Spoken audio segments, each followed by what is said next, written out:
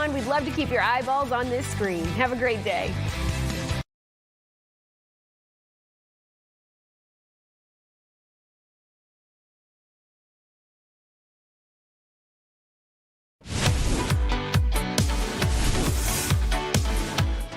And here we go at 1 o'clock. Thanks so much for joining us for Fox 5 News Live. I'm Tyler Fingert. Thanks for joining us here this afternoon as we are doing this interactive news stream. So if you have anything you want to talk about, join us in the comments on Facebook, Instagram, YouTube, and TikTok, and we'll be monitoring the comments throughout this show. Let's get to some breaking news we're following right now, and that we are just learning as we come on the air. President Donald Trump will be making a visit to Georgia next week. Sources are telling Fox 5 he'll be visiting Wheeler High School in DeKalb County, and we're told he'll be talking about Trump accounts for kids. So that is expected to happen next week, and of course we'll be monitoring that for you. We also know in the meantime that the president will have a primetime address tonight, and he has suggested he will focus on a, quote, free and fair elections, teasing what he called one of the most important speeches of his presidency while offering few details about what he plans to unveil, suggesting he could revisit long debunked conspiracy theories about his 2020 defeat to Democrat Joe Biden, including his issues with the election here in Georgia about voting systems. The speech comes as he's escalating calls for Republicans to pass tighter federal voting rules for November's midterm elections. On Tuesday in the Oval Office, he said, quote, "It doesn't get bigger because without free and fair elections, you don't have a country." He went on to say, quote, we'll be discussing other things too, but it's going to be a very big announcement. We'll have to wait and see what happens, but of course we'll be covering that for you right here on Fox 5. Let's talk about some of the other stories that we're working on right now here in the Fox 5 Atlanta newsroom. My good friend Tanya Mendoza, our assignment manager, is standing by now with a look at the stories. Tanya, good afternoon to you. Hi. I was trying to fix the lighting. You look great. Sorry, Tyler, you caught me. Okay, so yes, guess what? FIFA wrapped up in Atlanta. Yep. Yesterday's match between Argentina and England was the last one in Atlanta, but the excitement continues with the final match this Sunday at the New York, New Jersey Stadium. The city of Atlanta is hosting a big watch party at Piedmont Park on Sunday with a performance by Ludacris, so people can still go to that. And Mayor Andre Dickens woke up this morning and thanked fans and pretty much everybody, even God, in a post on Instagram. Let's listen in to what he had to say. Well, we put together the big package of the wonderful details and statistics and highlights of this summer and the FIFA World Cup matches that were in Atlanta and the Fan Fest and all that stuff. I just want to come up here and give glory to God that it all went well, that our city is healthy, is whole, is safe, is beautiful, it's being recognized, being highlighted, it's been loved on, and that feels great. I always say Atlanta's a group project, and the whole group came together. Yes, Tyler. And there's also some pictures. I don't know if we already aired them, but he was over at the Underground yesterday shaking hands and high-fiving fans, Argentinian fans, and thanking people in that area for coming to the city. So that's what he did yesterday and woke up this morning doing. But by the way, the Argentinian team is still here in the Atlanta area. They were practicing over at the Atlanta United facility in DeKalb County this morning. Not sure what their plans are after that, but they were still here as of an hour ago. So we'll be following that closely. Our sports team is out there. Lexi Bowden's out there, so I'm sure she'll have an update later for you. Tyler? Yeah, they have of course got to get that practice in before the big final match at New York, New Jersey Stadium on Sunday. And I should mention, during our 11 a.m. newscasts and stream here on Fox Local, we got to hear from Gianni Infantino, the president of FIFA, who posted on Instagram overnight thanking the city of Atlanta for the great job that we did. He mentioned Arthur M. Blank as well for all of his help to be able to put all of this on. And he was talking about how great this city was to be a host city, and he's thankful for us. And we were able to air a portion of that. And I think that we also have it on our website right now. It's certainly interesting to see so many people just proud of how Atlanta was able to handle our chance on the world stage during the FIFA World Cup. Definitely. And Deidre Dukes is also working on a story about all the excitement surrounding the World Cup here and kind of a wrap up of all the events. So we had our chopper fly over Centennial Olympic Park earlier today just to see if the cleanup has started, and appears to be that they're going to start dismantling everything, packing it up, and moving on. So another great moment for Atlanta, and hopefully we'll have more World Cups in the future. Tyler? Hopefully in our lifetime. That would be really cool. Maybe not, but maybe yours, not mine. North America, it would be super cool to have it in North America once again, to be able to show off what we've done. I mean, I would assume it'd probably be 30, 40 years from now, but that would be super cool. We had the opportunity here. I mean, it's been 3 decades since Atlanta hosted the 1996 Summer Olympics, and then 30 years later we did this. So maybe another world event will come here. Maybe the Olympics will come back in a couple decades and we can show off Atlanta once again. But let's talk about some of the other stories we're working on. We know that the Fulton County Sheriff is holding a town hall today. What is this about? Yeah, so Fulton County Sheriff Pat Labatt is holding a community town hall to provide constituents with an opportunity to directly engage with the sheriff and receive updates on agency operations and priorities.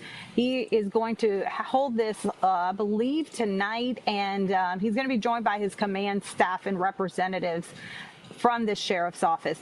Our Angelique Proctor is actually going to do a sit down with him probably in about 30 minutes to kind of preview what he plans on talking about, and she'll highlight that in the later newscast. Tyler? Yeah, obviously that announcement was a surprise for many people. We weren't expecting that when we got that a few weeks ago, saying that they were going to be essentially not allowing certain people to be booked into the jail just because of how many people are already incarcerated in there. So we'll have to see how that town hall unfolds. But let's talk about this. In Gwinnett County, we know that there's a missing persons case that I believe Doug Evans is working on. What can you tell us about that? Actually, it's going to be Kevin Stewart. So basically, there is a missing man. His name is Malik Pope. He's been missing since May. He was last seen in Carroll County, and his vehicle was found on a rural road near Whitesburg. That's what Kevin's working on. Kevin's going to interview his family. They're extremely concerned. Hopefully, the police department will get some leads on this case after people see the story today. Yep, and hopefully that it helped the family. It would be lovely to help bring him home. Thanks to a Fox 5 and Fox local viewer. That would be fantastic. Tanya Mendoza at our assignment desk, thanks so much for joining us this afternoon. I do appreciate it. Thank you, Tyler. And let's go to some of the headlines that we're following right now. Other than what Tanya just talked about, we are waiting for more information from DeKalb County after a shooting left a man dead. And so our photographer captured video of this active scene with several police cars and fire trucks on Flat Shoals Road. So far, no word on if anyone has been arrested or about the circumstances leading up to the shooting. But when we get that information, we'll, of course, make sure you get it as soon as we know it. Let's talk about this. Last night, there was a attempted carjacking in Gwinnett County, and now detectives are searching for several suspects that then led to a shooting after that attempted carjacking, and it happened in an apartment complex, apparently. So it happened last night at the Longwood Vista apartment complex in the 2300 block of Global Forum Boulevard around 8:30 p.m. We're told the victim was injured as he tried to drive away from the gunman, causing his vehicle to hit several parked cars in the lot and extending the crime scene. The victim was rushed to a local hospital where medical staff listed him in stable condition. Officials have not yet confirmed the identities of the suspects or released detailed descriptions of the men involved. Police have also not publicly identified the victim or specified if any weapons were recovered from the scene. However, investigators said they believe this is an isolated incident and there is no active threat to the public. As always, if you know anything, you are asked to call the Gwinnett County Police Department. They, of course, would love to hear from you. Let's see if we can take a live look outside at the city of Atlanta. You can see some blue skies there. You also see plenty of cloud cover, but depending where you are certainly seeing sunshine as I look out the window of our studios here at Fox 5 Atlanta. Let's check in with Fox 5 Storm Team meteorologist Lauren Robinson for a check of the forecast. What can you tell us? Good news, hopefully. Depends on what good news is. It's going to be very summer-like out there. We're actually going to see a very seasonal day. We're going to have those temperatures in the 90s, and you're going to have your afternoon storms. It's going to be hot and humid. Everything is going to be very average about today, and the same goes really for the rest of our week. No real curveballs in store. So let's go ahead and take a look at our drought monitor, where we do have very little changes. I'll put it that way. See, I'd say that's good news. Okay. Seasonable. Good news. Yeah, sure. All right, let's go ahead and take a look at our drought monitor, where, not too many changes out there. We did improve a little bit in our moderate area. That's going to be the tan color, but all in all, we didn't regress too much. We didn't advance too much. So I guess at least plateauing is better than bad news. It's one of those no news is better than bad news kind of situations, and that's what we're seeing with our drought monitor, released every Thursday. And for a good while in the spring, we were having so much progress week after week, and now we've really kind of stayed steady over the last few drought monitor releases. Now we take a look to those temperatures, and that's really what we're going to keep an eye out for the next few days, and that's really going to be those temperatures in the low 90s, which is where we should be this time of year. Right now we're in the upper 80s. We still have a little bit of heating to go. 87 degrees in downtown Atlanta. Same goes for out in Canton. Off to the east, we're already pretty warm there, seeing temperatures in the 90s in Covington and in Eatonton. So these are just your air temperatures. We have a slight breeze coming in from the northwest, but really you want to play with that humidity, because this is what it looks like when you see that heat index. And this is where it gets hot and humid. It is so muggy out there. We're seeing dew points in the 70s all day long, which means we're going to continue to see those muggy conditions. Now, it feels like triple digits in Covington. 106 is the heat index there, and 99-degree heat indices in Athens and Eatonton. Eatonton was in the triple digits in the last hour. It's fluctuating a bit. Now we take a look at our live Viper radar, and this is where we're starting to see those summertime showers pop in. Up in the northern half of the viewing area, we have a couple of showers through Calhoun, Dalton, a couple have just popped up in Jasper, and then those showers just east of Clayton have kind of turned into some storms. We're looking for some heavy downpours and lightning and thunder there. And then off to the south, we're starting to see some showers push in into, that's going to be Troup County, Heard County, into Carroll County there. We're going to just see those hit or miss showers, a few lightning bolts, and those will continue to fill in as we take a look through the rest of the afternoon. So we're just going to watch for those hit or miss showers and storms today, and then the same goes for tomorrow afternoon, and then the same goes for our weekend all the way through Sunday. So we're just going to continue to monitor those chances for some hit or miss showers and storms over the next several days. Again, very typical for this time of year, but still something that can dampen your plans. So if you have those outdoor plans, you want to go for that long jog, the family bike ride, the dog walk, I say do it in the morning or maybe up to around 2 o'clock each day, because between 2 to 7 roughly is where you have the largest chance for a storm to pop up overhead. Doesn't mean that you're guaranteed to see any showers, but that's when your chances are highest, during the afternoon to early evening hours. And then we clear out usually by bedtime or so to start it all over again. So lather, rinse, and repeat a couple of days ahead for sure. Well, certainly just it sounds like summer in Georgia, Absolutely. Pretty much anywhere in the South, because at least it's not a washout. I mean, the percentages are pretty good, so people are still going to be able to have a chance to enjoy the good old outdoors. You just have to obviously be careful of spotty showers coming through at some points. Absolutely correct. Yep. Lauren, thanks so much. We still have a lot more ahead here on Fox 5 News Live at 1. We are back in just 2 minutes.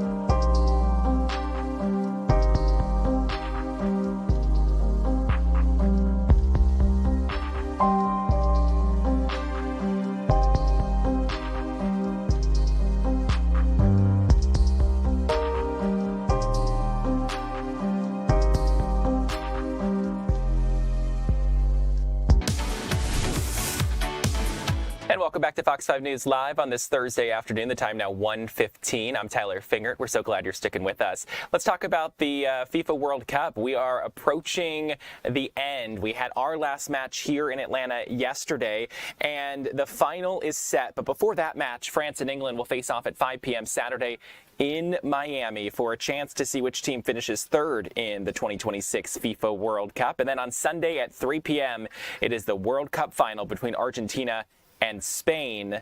That game will be at the New York, New Jersey Stadium, and you'll be able to watch both matches on Fox 5 Atlanta, and of course, we'll have extended coverage right here on Fox Local throughout the afternoon. Let's talk about this now, because this is certainly an interesting story to me, because I obviously have heard about things like this, but didn't realize there was some type of deep play deficit. So let's talk about it. So parents have long focused on limiting screen time because obviously people love their phones, their devices, things like iPads and tablets. But experts say the bigger question is what is replacing it. And so joining us now is Dr. Lauren LaQuasto from the Goddard School to explain the growing deep play deficit and why it matters. Dr. Lauren, thanks for being here. Thank you. Okay, so let's talk about it because, I mean, everyone had... Just dropped my phone, one of my phones. But everyone has devices, and whether it's a TV, whether it's a computer, whether it's a tablet, phones, things like that. And parents have obviously heard about limiting screen time. Why do you say that's kind of the wrong place to start? So you're right. We spent years asking how much screen time is too much. But the more important question is, what is screen time replacing? Things like sleep, conversation, movement, curiosity, or most critical, imaginative play. And that's where the conversation really needs to shift. Is deep play, and why is that important for kids? Because obviously when you replace it with screen time, you're replacing all these other things. And so why is deep play an important thing for the developmental nature of a child?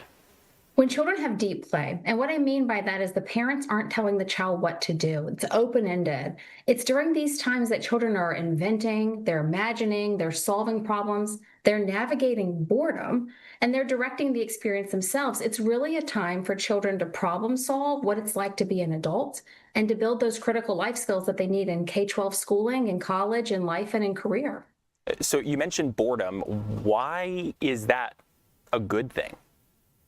You know, it's funny. As parents, we want to script our children's lives. We want them to be involved in so many activities, but boredom is the doorway to creativity. When we rush in to entertain children constantly, we rob them of a chance to discover their own ideas.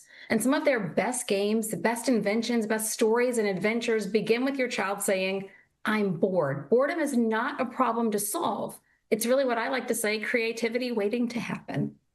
So essentially, if they're bored, they can use that as a time to kind of find something for themselves to do, and then that problem solving can help them in the future. Is that kind of what I'm understanding? That's exactly right. And it can be short periods of time, even just 30 minutes of time, without an adult telling them what to do or how to do it. It's really about protecting that time and giving the child the space to navigate what they want to do to fill that time and maintain their own attention and focus. So let's talk about the technology component here. Is technology always bad? It's not always bad, and technology is not going anywhere. So as parents, we can't possibly think that we're going to protect our children from technology. It's there to educate, to inspire, to connect. It's not about eliminating screens, but it's making sure that they don't crowd out other experiences that children need to experience. We should use screens and technology as a way to complement childhood and not replace it. When a child is curious about something, let them explore, imagine, invent, and then possibly use screens to add depth to that, learning more about that topic after the fact. So obviously we're talking about technology, things like screens and tablets and whether TV or whatever. And this is something that just came to my mind. Does AI also play a role in this? Because I know sometimes when people maybe adults are using AI and thinking, oh, I don't know an answer to this, let me just ask AI. Is that also something that parents should be wary of, with having their kids constantly use that to answer their questions for things that maybe they should formulate on their own? It's a good question, Tyler. I think it's a question we're all asking ourselves is what is the role of AI? What I would say is to be smart about it. AI is also not going anywhere, and it's a great retriever of information, but we want children to see themselves as capable, confident, competent learners. Seek the information yourself. And sometimes it's better to experience it hands-on, see things, etc., as opposed to waiting for someone to tell us the answer. So I'd say just like screen time, proceed with caution. Don't let it replace our own critical thinking. Yeah, because I could think of maybe if when I was younger, 10 years old or something, and I'm like, I'm bored. Let me go to AI. Who? What should I do? I am bored. I could see someone doing that because it's like, oh, give me some ideas of something to do. In the old days, obviously, it was like go outside, find our friends. Let's go play some game outside, kickball, or do something outside to enjoy the good old outdoors, especially during the summer, minus the heat here in our area. But do you have any tips for parents that they can use to be able to try to encourage play? Sure. I would say don't feel pressured to create these picture perfect experiences. Some of the richest learning happens in these simple moments. Protect childhood by protecting play. Children do not need us to entertain them every minute of every day. They need freedom to imagine, to create, and to discover. So I would tell parents childhood is not a race about more. It's about an opportunity to experience more. Give your child a chance to experience the world around them. This topic is super interesting. I don't have any kids, but the technology component here, everyone is just used to having it, and it's only going to be a bigger part of our daily lives. We could talk about this for probably hours, but good advice for parents to be able to kind of have that thought of maybe we should limit the screen time while also encouraging that deep play since we are seeing that deficit. Dr. Lauren LaQuasto from the Goddard School, I appreciate you joining us this afternoon. Thank you, Tyler. Yeah, good conversation, good one to have, especially during the summer when maybe kids are looking for things to do. Always good to think about that technology is not always the answer, even though some people might like it to be. As we continue on here on this Thursday afternoon, let's talk about this. Summer is known for enjoying time with friends and family, and you don't have to spend time or hours cooking and preparing to host a beautiful experience for everyone. Food and lifestyle expert Erica Thomas showed our Joanne Feldman some of her favorite entertaining shortcuts. Let's take a look. You know what? Summer is not even close to being over. It's time to make sure we're savoring these last, few weeks of it, right? Yeah, absolutely. We are minus 30 days until back to school. Oh, so gosh, you didn't have to do that.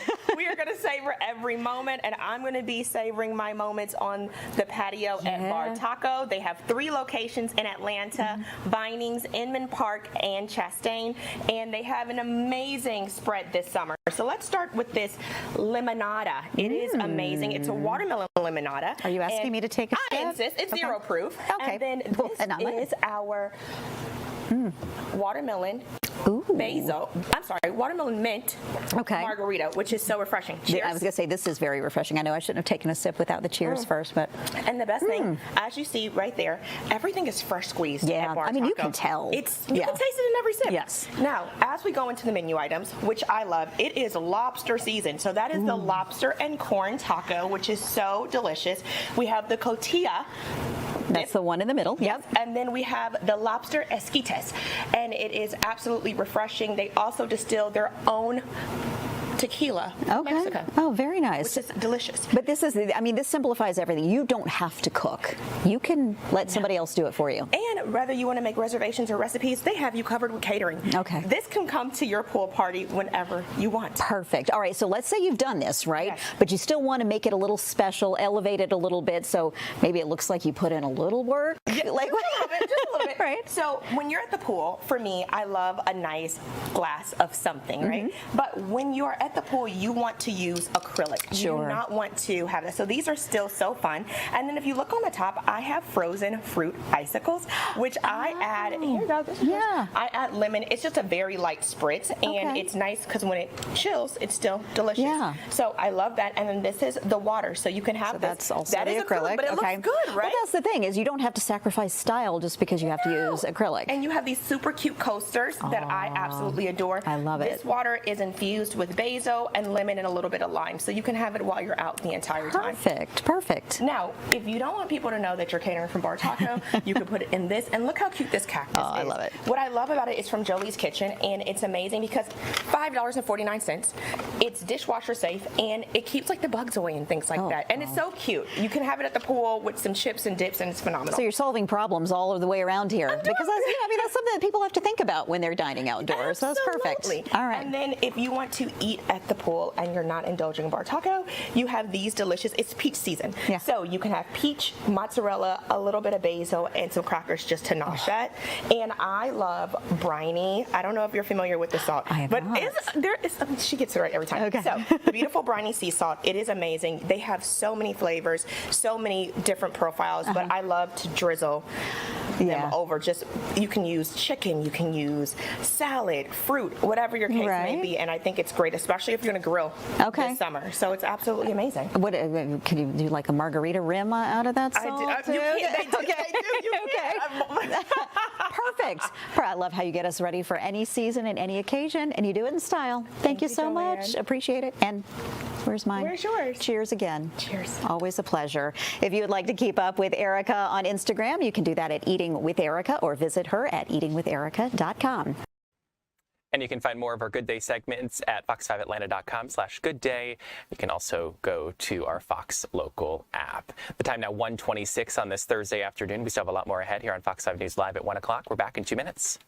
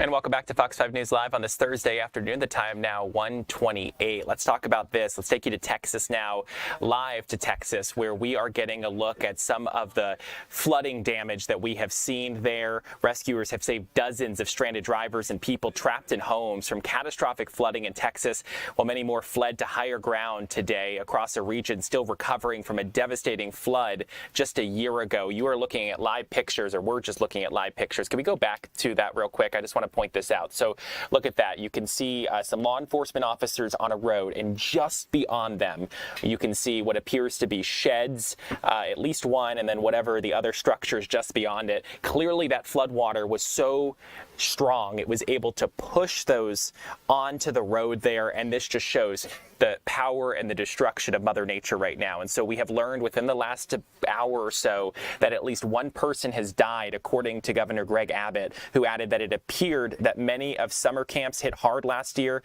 were not facing any danger. He said, quote, "Our number one focus is saving lives. After days of pounding rain, the National Weather Service said a large and deadly flood wave was barreling down the same river wrecked by flash floodings last summer when 24 children and counselors were killed at Camp Mystic. Just absolutely tragic if you remember that. Forecasters urgently warned to move to higher ground as the rivers rose hour by hour, turning them into fast-moving seas of white water. Several tornado warnings were also issued. The Texas Hill Country floods over the July 4th holiday last year killed more than 100 people, and this is eerily similar. So far, we have learned of at least one person being killed. We will stay on top of this story and continue to follow it throughout the afternoon here on Fox 5 News Live. Let's talk about this now. So we've been talking about this week, and it has to do with LinkedIn. So if you are a LinkedIn user, listen up. So they are facing an investigation over allegations it advertised and profited from fake or misleading job postings referred to as ghost jobs. Texas Attorney General Ken Paxton's office announced the investigation on Tuesday, defining a ghost job as a listing that, quote, does not correspond to an actual open position or is posted despite an employer having no immediate intention of filling the role, end quote. LinkedIn responded to the investigation saying its policies require that jobs posted be authentic and accurately represented. It's time now to get a check of the stories that are trending right now on fox5atlanta.com and Fox Local. Let's check in with our Jamison Moyer. Jamison, good afternoon to you. Good afternoon, Tyler. Yeah, it's been a while since you joined us here on the stream. Janae has been joining us the last couple of days. What's trending right now? So we've got a lot of things trending, but one of the biggest stories is a story about Atlanta airport employees being paid through Cash App and Zelle. The Atlanta City Council held a fiery session to demand answers after park ATL workers faced weeks of missed pay and irregular mobile app transfers.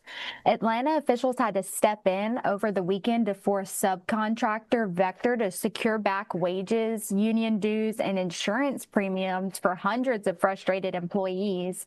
The company's CEO strongly disputes any intentional wrongdoing, claiming mobile apps were only used a handful of times during a payroll transition. While Vector promises its standard payroll processor will be back online by July 28th, skeptical city council members aren't waiting around. City council members have scheduled a special meeting for next week to demand a verifiable payment process and make sure that these workers at Hartsfield-Jackson Atlanta Airport are actually getting paid. Of course, everyone wants to make sure they're getting their paycheck. That's a story we've been monitoring since last week. I know Angelique has been working on that. She had that follow-up, and I understand why things like that are going viral on our website, because your heart goes out to the people who aren't getting the pay that they deserve for the work that they are doing. So let's talk about this now. This is another story that we have certainly heard a lot about, and we started hearing about it last week. Our Eric Perry started working on this for several days last week, and now we got some sort of update about this DUI in Gwinnett County. What can you tell us? Yeah, so the former public works director of Forest Park is facing DUI charges after police say that he crashed a city-issued car while heavily intoxicated.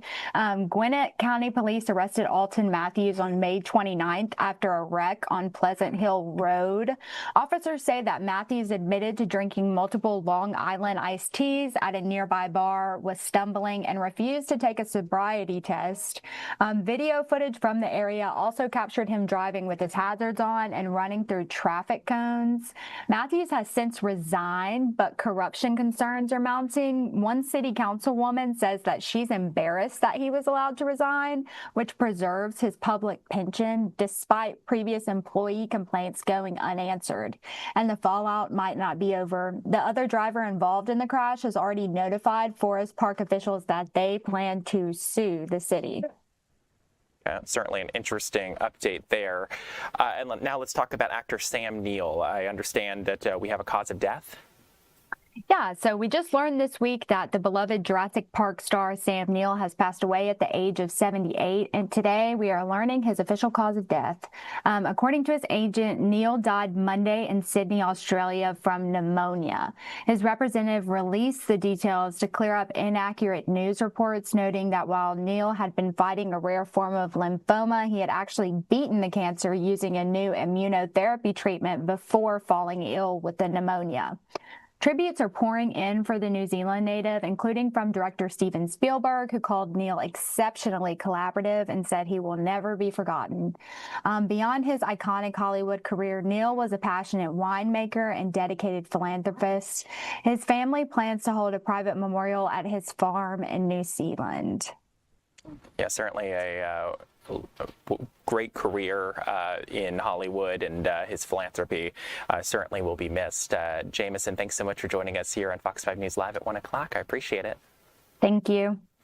Let's talk about this now. For folks who maybe text and scroll too much, apparently it's a way to stress out your joints and fingers. Experts are sharing the best ways to relieve the pain.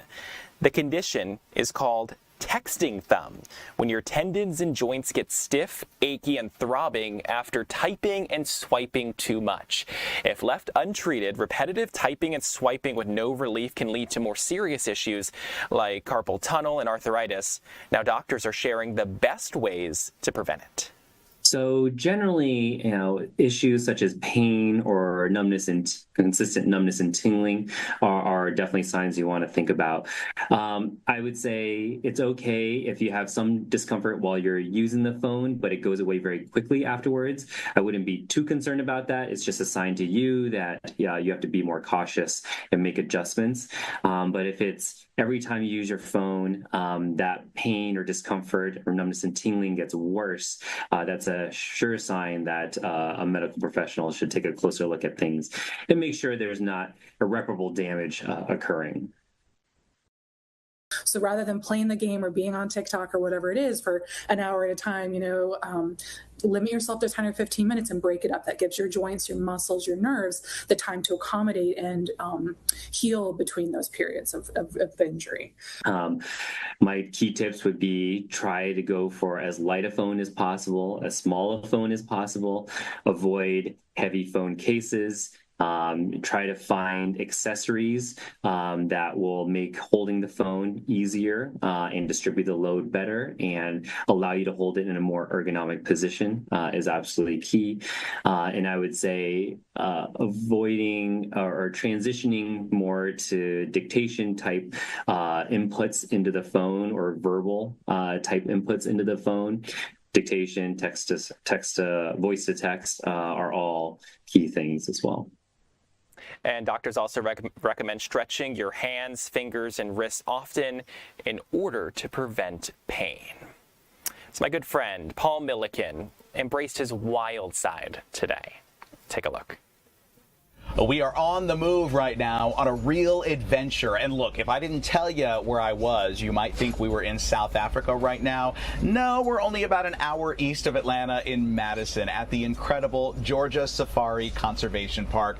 Andy is the director of animal care here, and we're going by some really beautiful striped animals. I think I know what these are, but tell me what they are. So these are Hartman's mountain zebra. Yeah, you have more than one kind of zebra here, right? That's correct. We actually have two different species. We have our Grant zebra, which are a little bit smaller, and then we have our big mountain zebra. Boy, they are so beautiful, and behind them are some very large animals that I've seen on TV once or twice. What are those things? Those are our North American bison. Yeah, this is so cool. So we're on one of your guided safari tours right now where you get to be on board one of these safari trucks and you take a nice slow drive through.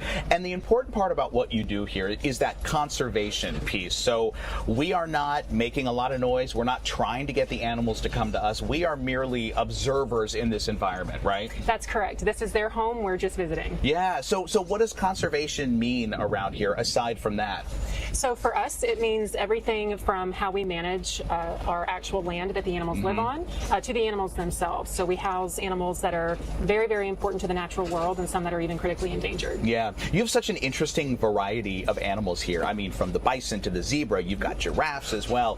How do they all get along? Carefully. So we are very intentional about picking animals that can do well here in Georgia, but then also figuring out who gets along with who and making sure they have enough space to figure that out. Yeah, well, speaking of space, though, you have plenty here, more than 500 acres. And don't you think, aside from the animals, it's just a beautiful property out here? It is. The property really keeps us going, not only for the animals, but it also provides plenty of grass to graze and trees to browse on as well. Yeah. Andy, what is it like to have this as your office? It's pretty cool. It's pretty cool, I have to admit. The weather can be a bit dicey sometimes, but the animals make it all worth it. Okay, well, I'm going to ask you a question I promised I wouldn't ask you, but I'm going to do it anyway. Do you have a favorite animal to work with here? Oh, goodness. I really love the rhinos. Yeah? They're so much fun to work with. And then I also really love the roan antelope and the addax. Yeah. Addax are so interesting. I don't know that I even was aware that they existed. They're so beautiful. Where do they come from? They come from the Sahara region in Chad. Yeah, gorgeous. All right, well, again, this is Georgia Safari Conservation Park. There are overnight lodging options too. Incredible luxury safari tents that you will love if you choose to stay. Otherwise, come take a tour, sit back, relax, let the animals do the work. You just have fun. Well, thanks so much for a look at that. And I want to get back to the breaking news we told you about at the top of the hour. Sources are telling Fox 5 that President Donald Trump will be visiting the DeKalb County area to talk about the Trump accounts for kids on sometime next week. We learned that at the top of the hour. I now want to take you to our nation's capital. That White House Press Secretary Caroline Leavitt is holding her first White House press briefing since returning from maternity leave. Let's listen in for a moment.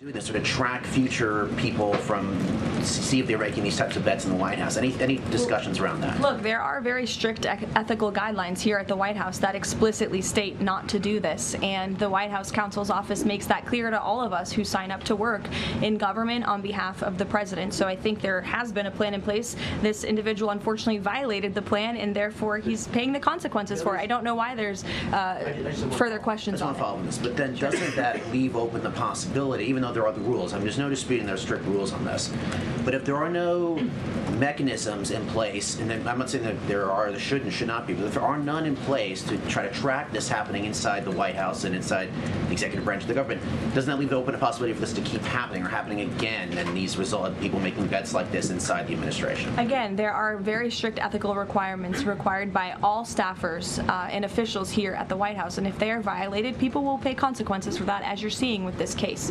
Libby. Caroline, welcome back. Thank you. I have a question about Senator McConnell, but first on Iran. President Trump has now greenlit strikes on Iran for nearly every day this week. Does the White House describe negotiations more at a standstill or essentially completely over? Well, I've spoken with the president about this as recently as an hour ago. Iran very much continues to talk to the United States of America and express that they want to make a deal with us because they are suffering devastating blows on behalf of our United States military. The reason, and this is important for the American people to understand, the reason for the recent strikes over the course of the last several days is because Iran violated the Memorandum of Understanding that we struck with them.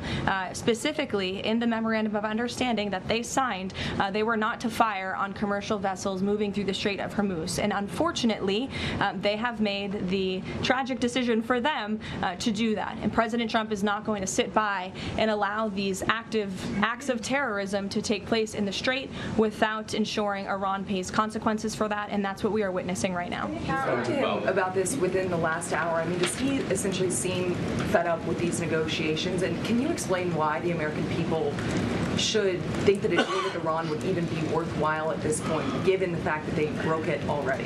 Well, look at how bad they are behaving. It just proves the president's initial point for launching Operation Epic Fury in the first place. Iran can never obtain a nuclear weapon. That's why he launched Operation Epic Fury. They have suffered devastating blows to their military and their economy as a result. The president is always open and willing to diplomacy. He is the peace through strength president after all. After Operation Epic Fury, the conclusion of it, we did move forward into a diplomatic phase, if you will, but unfortunately Iran has since violated that. They have expressed they still want to make a deal to the president.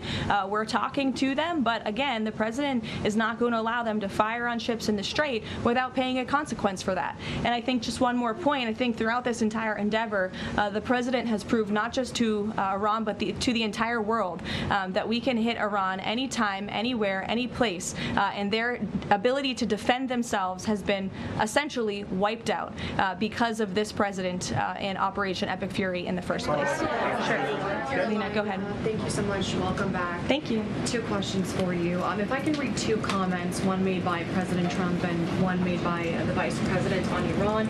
President Trump recently said, as far as I'm concerned, it's just a waste of time dealing with them. They're liars.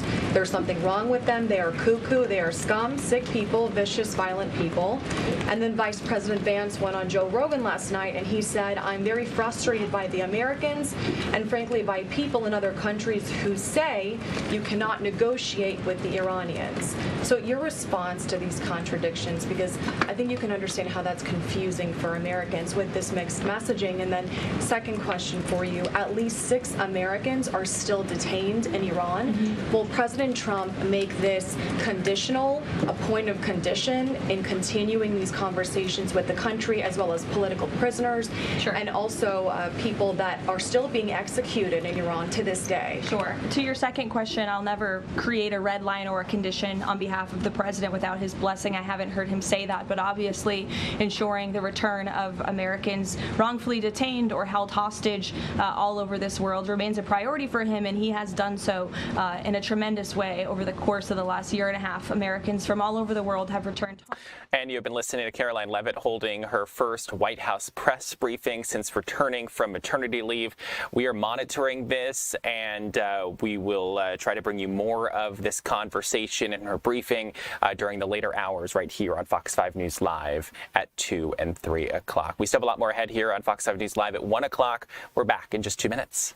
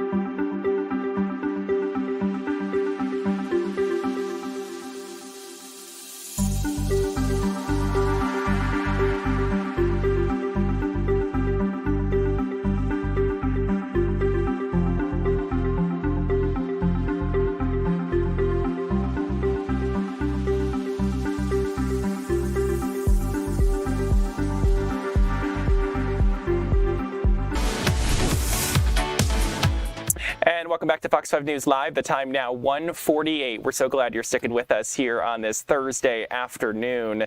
So I want to talk about this. I'm super interested in what our Chris Rosenthal is about to talk about. So a new project at Georgia Tech is using sound in a unique way that researchers say could improve safety and awareness.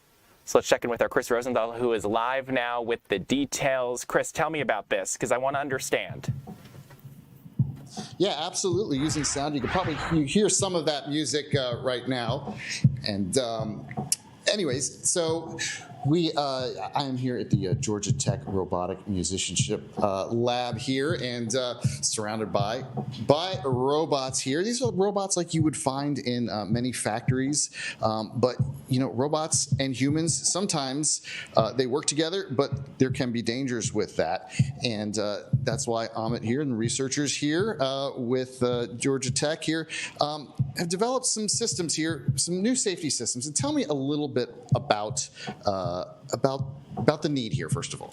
Yeah. Hello, everyone. So right now, we started this project as part of a National Science Foundation grant where we're trying to use music and music technology to improve safety between humans and robots. One big issue that's currently happening, if you think about hospitals or other alarms, they're always demanding your attention in ways that are unnecessary, and you have to tune it out. It can cause stress, it can cause distractions.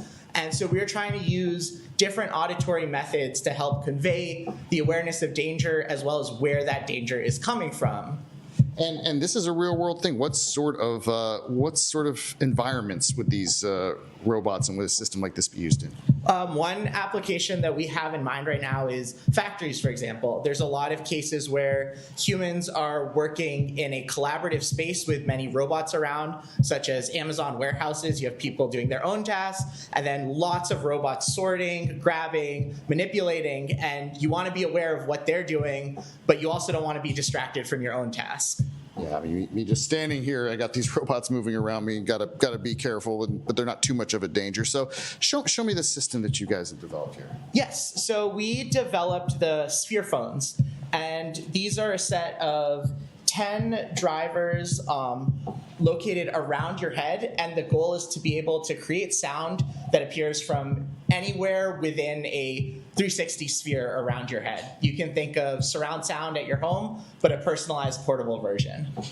And so what do you hear when you have these on? Yeah, so right now you can hear a little bit of the sound while it's coming out from the speaker, and I'm hearing a similar audio right now that's calibrated for my head. So as I'm moving around, different robots have some of these different audio tracks localized. So even without seeing, I can know exactly where the robot is coming to. I can know where in 3D space, for example, this robot is about to hit me. And I can sort of get these warnings, and I can get a little bit more spatial awareness of what is going on with the robots. These tracks will also slowly change from safe to dangerous, and that lets me know that if a robot, there's something I need to pay attention to, I can also figure out where that's going to happen. Yeah, and hopefully this will eliminate accidents. You were able to notice this one robot without even looking at it. So, and it's not just robots in factories. What are some of the other applications, real quick, that we're looking at for this? Yeah, some of the other applications we're looking at, for example, is in gaming. Now we can have a more spatial view of the world. You can hear sounds coming from different areas that you might not traditionally be able to. Another application is for people who are blind or visually impaired. This way you can hear sounds of the outside world coming. One of the unique aspects of these headphones also is that you can hear sound below your head. Many current spatial audio techniques are from your eye level and above, but there's a lot of hazards and stuff you should be notified around below you. And as well, you can hear the outside world. You and I can have a perfectly normal conversation while I'm hearing where sounds are coming from at the same time. Gotcha. So it goes beyond just your normal headphones that you might buy off the rack. Well, really, really cool. Something that definitely adds safety, have a lot of applications here, and really pretty innovative. So here at the Georgia Tech Robotic Musicianship Lab, back to you. Well, yeah, certainly innovative. Chris, thanks so much for a look at that, and we will be checking in with you throughout the next several hours here on Fox 5 News Live at 2 and 3 o'clock. Let's continue on. This is an interesting story to me. We took it and we talked to Maria during our 11 a.m. newscast here on Fox 5 News Live at 11. A local organization is using the power of nature to help children with autism learn, grow, and connect. Spectrum Autism in Duluth has unveiled a therapeutic garden. Let's check in with our Maria Guzman once again. Maria, I think this is such a neat idea. Hey Tyler, yes, I mean this sensory garden is all about helping those on the spectrum. So here's one thing that's really interesting. Each person on the spectrum has a different need just when it comes to sensory. So I'm going to go ahead and flip my camera to show you the garden is really catering to that. So one cool thing is that all these different plants, they have a different texture. Now this is actually my favorite plant. Has kind of like a hairy type, you know, I'm not really sure what's best to describe it, but for example, you're able to see here the water droplets, and then these type of plants, they're more spiky, but they're also very soft, and there's even sound, right? So we have here a waterfall. So it's all about catering those different textures, from sound to touch to colors. But this garden needed some help and needed some love, because these retaining walls were actually very rotten. So a local business here stepped up and they provided some free love and care and maintenance. So I got to chat with the people behind that. So let's go ahead and take a listen. We are here at the Duluth location for Spectrum Autism Support Group in our sensory garden. So each individual on the autism spectrum have different sensory needs. So this area caters to them in a variety of ways, from a texture perspective, each of the plants having a different feel, and then from a visual perspective, the different colors, and then of course the different smells associated with this section. It really creates a very warm and welcoming space. It's also very peaceful. So if they're having maybe a moment of, you know, chaos going on internally or externally in their personal spaces, they can come here and get a sense of peace. Mm-hmm. Yes, so the wooden beams here that really hold the dirt in were rotted out. They had been here since this building was initially built, and it was just really not an aesthetic pleasing place for the community that we service. So it wasn't sustainable, and then it also just wasn't pleasing to the eye. As a business owner, we've been able to grow through the community, and we also like to give back. So being able to get our team involved and tell them about what they're doing is also special for them. That kind of gives them that extra motive to do a good job, and being able to learn about what is it that we're doing with this type of services. So it's definitely something that we're very proud of, being able to help, especially nonprofits around the area where we're growing, our kids are growing, our businesses is growing, and being able to just give that little piece of you know, community and welcoming spaces. And it was really neat to learn everything about the different plants and how it helps different individuals that have autism, being able to calm and have a place where they can feel welcome. So that itself is pretty neat to be part of. I think that as much as I'm learning about spectrum autism and how it's helping the community, it just makes me want to be more involved and being able to just contribute a little more. And what's really cool too is that there's a group of volunteers that come here and take care of these plants. So it's completely community-based to get this sensory garden just looking all this beautiful, Tyler. Yeah, Maria, it does look beautiful, and glad that they're able to do this for people with autism. Maria Guzman, thanks for joining us here on Fox 5 News Live at 1 o'clock. We'll see you a little bit later during the news at 2 and 3. That is going to do it for us for Fox 5 News Live at 1. I'm Tyler Fingert. Ariel Onstadt will be here in just a moment for Fox 5 News Live at 2.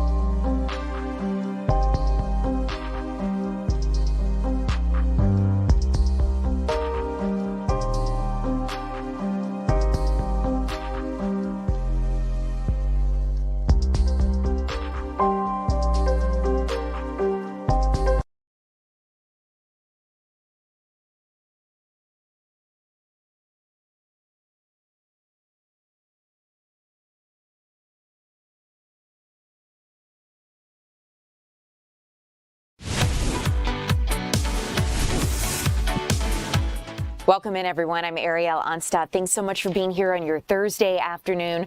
What an incredible week it's been with the World Cup semifinals and our final match here of 8 in Atlanta. And we want to check in with our Deidre Dukes as city leaders continue to evaluate the impact of these World Cup matches. Deidre joins us live now. And Deidre, it is great to see you. What are you learning this afternoon? Well, we really wanted to focus on what we all talk about every day here in Atlanta, Ariel, and that's the traffic. Am I right? That's certainly an issue that really we all just really have to wrestle with every day. And there was a lot of talk ahead of FIFA as to how the city of Atlanta and GDOT and other entities were going to really make sure that people were able to get not only safely back and forth, but that we weren't going to experience any added traffic congestion. At least as we saw the added traffic congestion, that we could keep everyone moving, right? Not only regular traffic, but also wanting to make sure that we could keep emergency vehicles and things of that nature running and making sure that the roads were safe and secure. And so as was evidence, as we saw traffic moving here, not only in the city of Atlanta, but in particular around the Atlanta Stadium and the also accompanying FIFA Fan Fest and all the other activities that we saw. It really was a testament to what Atlanta Department of Transportation would be able to do. Now, back in 2024, they launched new technology, partnering with the tech company Civil, using vehicle-mounted AI sensors to really map road conditions 100 times faster than the old school, what you could call a clipboard method. Now, this made it easy for officials to really scan the entire city and identify high-risk roads in desperate need of repair. So why is that important? Well, that data really came in handy as city leaders began to prepare for the World Cup, because instead of it guessing where the problems were, crews knew exactly where to target their dollars, prioritizing the worst downtown areas and fixing critical infrastructure, roads, potholes, things of that nature before global crowds ever arrived. And so we talked to city officials today about how they were able to do that and what they are really calling a success as the World Cup winds down here in the city of Atlanta. Here's what they told us. I'll use the example of downtown, whereby the scans showed us that potholes existed on some of our major arterials, so that's where we attacked, especially the timing for FIFA made it all possible. What we were able to do is also identify when we could expect the potholes given the cracks in the roadways. So we, by way of our investments ahead of FIFA, were able to eliminate the possibility of 70% of new potholes forming. We have had very interesting weather, and we usually do in Atlanta, so that water impacts and creeps into the pavement. So we make sure that, you know, we prioritize the stretches that we want to pave, and we have had huge success, and we're really excited about the innovation. And so they really didn't want to stress that this was something that was in the works ahead of FIFA. It's one of the highlights. It really made a difference once they knew that they had FIFA, the World Cup coming here, that they were able to target those areas around the Atlanta Stadium and downtown, where they saw that they really needed to focus their work to assure that, you know, before those potholes formed, they knew they were going to have additional traffic in the area, Ariel, that they really were able to target the worst areas. And they were able to do so much faster because of this advanced technology. And so they're really excited about it and really wanted to stress that really this is something that, of course, since they were planning this ahead of FIFA, that now that FIFA has passed, that they'll be able to continue to work on this data, with this data that they received ahead of time, to continue to target these areas before they get really bad here in the city of Atlanta, to be able to focus on the worst areas and continue to work on our roadways. And they also said, you know, also work on the sidewalks and things of that nature, because there's just so much that they can do with this AI-driven technology. So they're very excited about that. Deidre, you know, I think of all those people who are like, okay, we're putting on our fancy clothes for the World Cup. Will these conditions and all the things we're putting out for our visitors, will it last once the FIFA World Cup is over? And it sounds like this technology might address one of people's chief complaints, which is the potholes and these Atlanta roads that want to make us pull our our hair out sometimes. Oh yeah, absolutely. And as I said, not only the roads, but also the sidewalks with this technology. And it's really very simple. It's similar to the Waymos that we see driving around. These are driverless vehicles, but those like little cone-shaped devices that we see atop the Waymos that are gathering directions and helping the driverless vehicles get around. It's similar technology where that device can be placed atop any vehicle, so any city vehicle, and then that vehicle is driven around by a city employee, and they're able to gather that information so much quicker than say someone who actually is physically going around, a person who's going around and doing the same work, going from place to place. Imagine being able to drive through the city and actually gather that information so much faster, and turn it around that much faster. And so that's why they are really, really excited about the success that they've seen with this technology. When I saw those cars in your video, I immediately thought of a Waymo because it does look so similar. I can't wait to hear more about this, and I know you'll be joining us again this evening to report further, so can't wait to learn more about this program or technology here in Atlanta and how it'll continue to affect us after the World Cup. So Deidre Dukes, thanks so much. As we continue here at 2 o'clock, you guys, speaking of the World Cup impact, let's talk a little bit more about it, because we had over 1 million visitors come to our city combined between the World Cup matches and FIFA's Fan Festival in downtown Atlanta at Centennial Olympic Park. Now, Arthur Blank, a philanthropist here in Atlanta, as many of us know, is celebrating this success. We've understood that he was able to speak with the president of FIFA, saying that Atlanta did a great job, and it sounds like FIFA might want to expand its relationship with Atlanta a little bit further.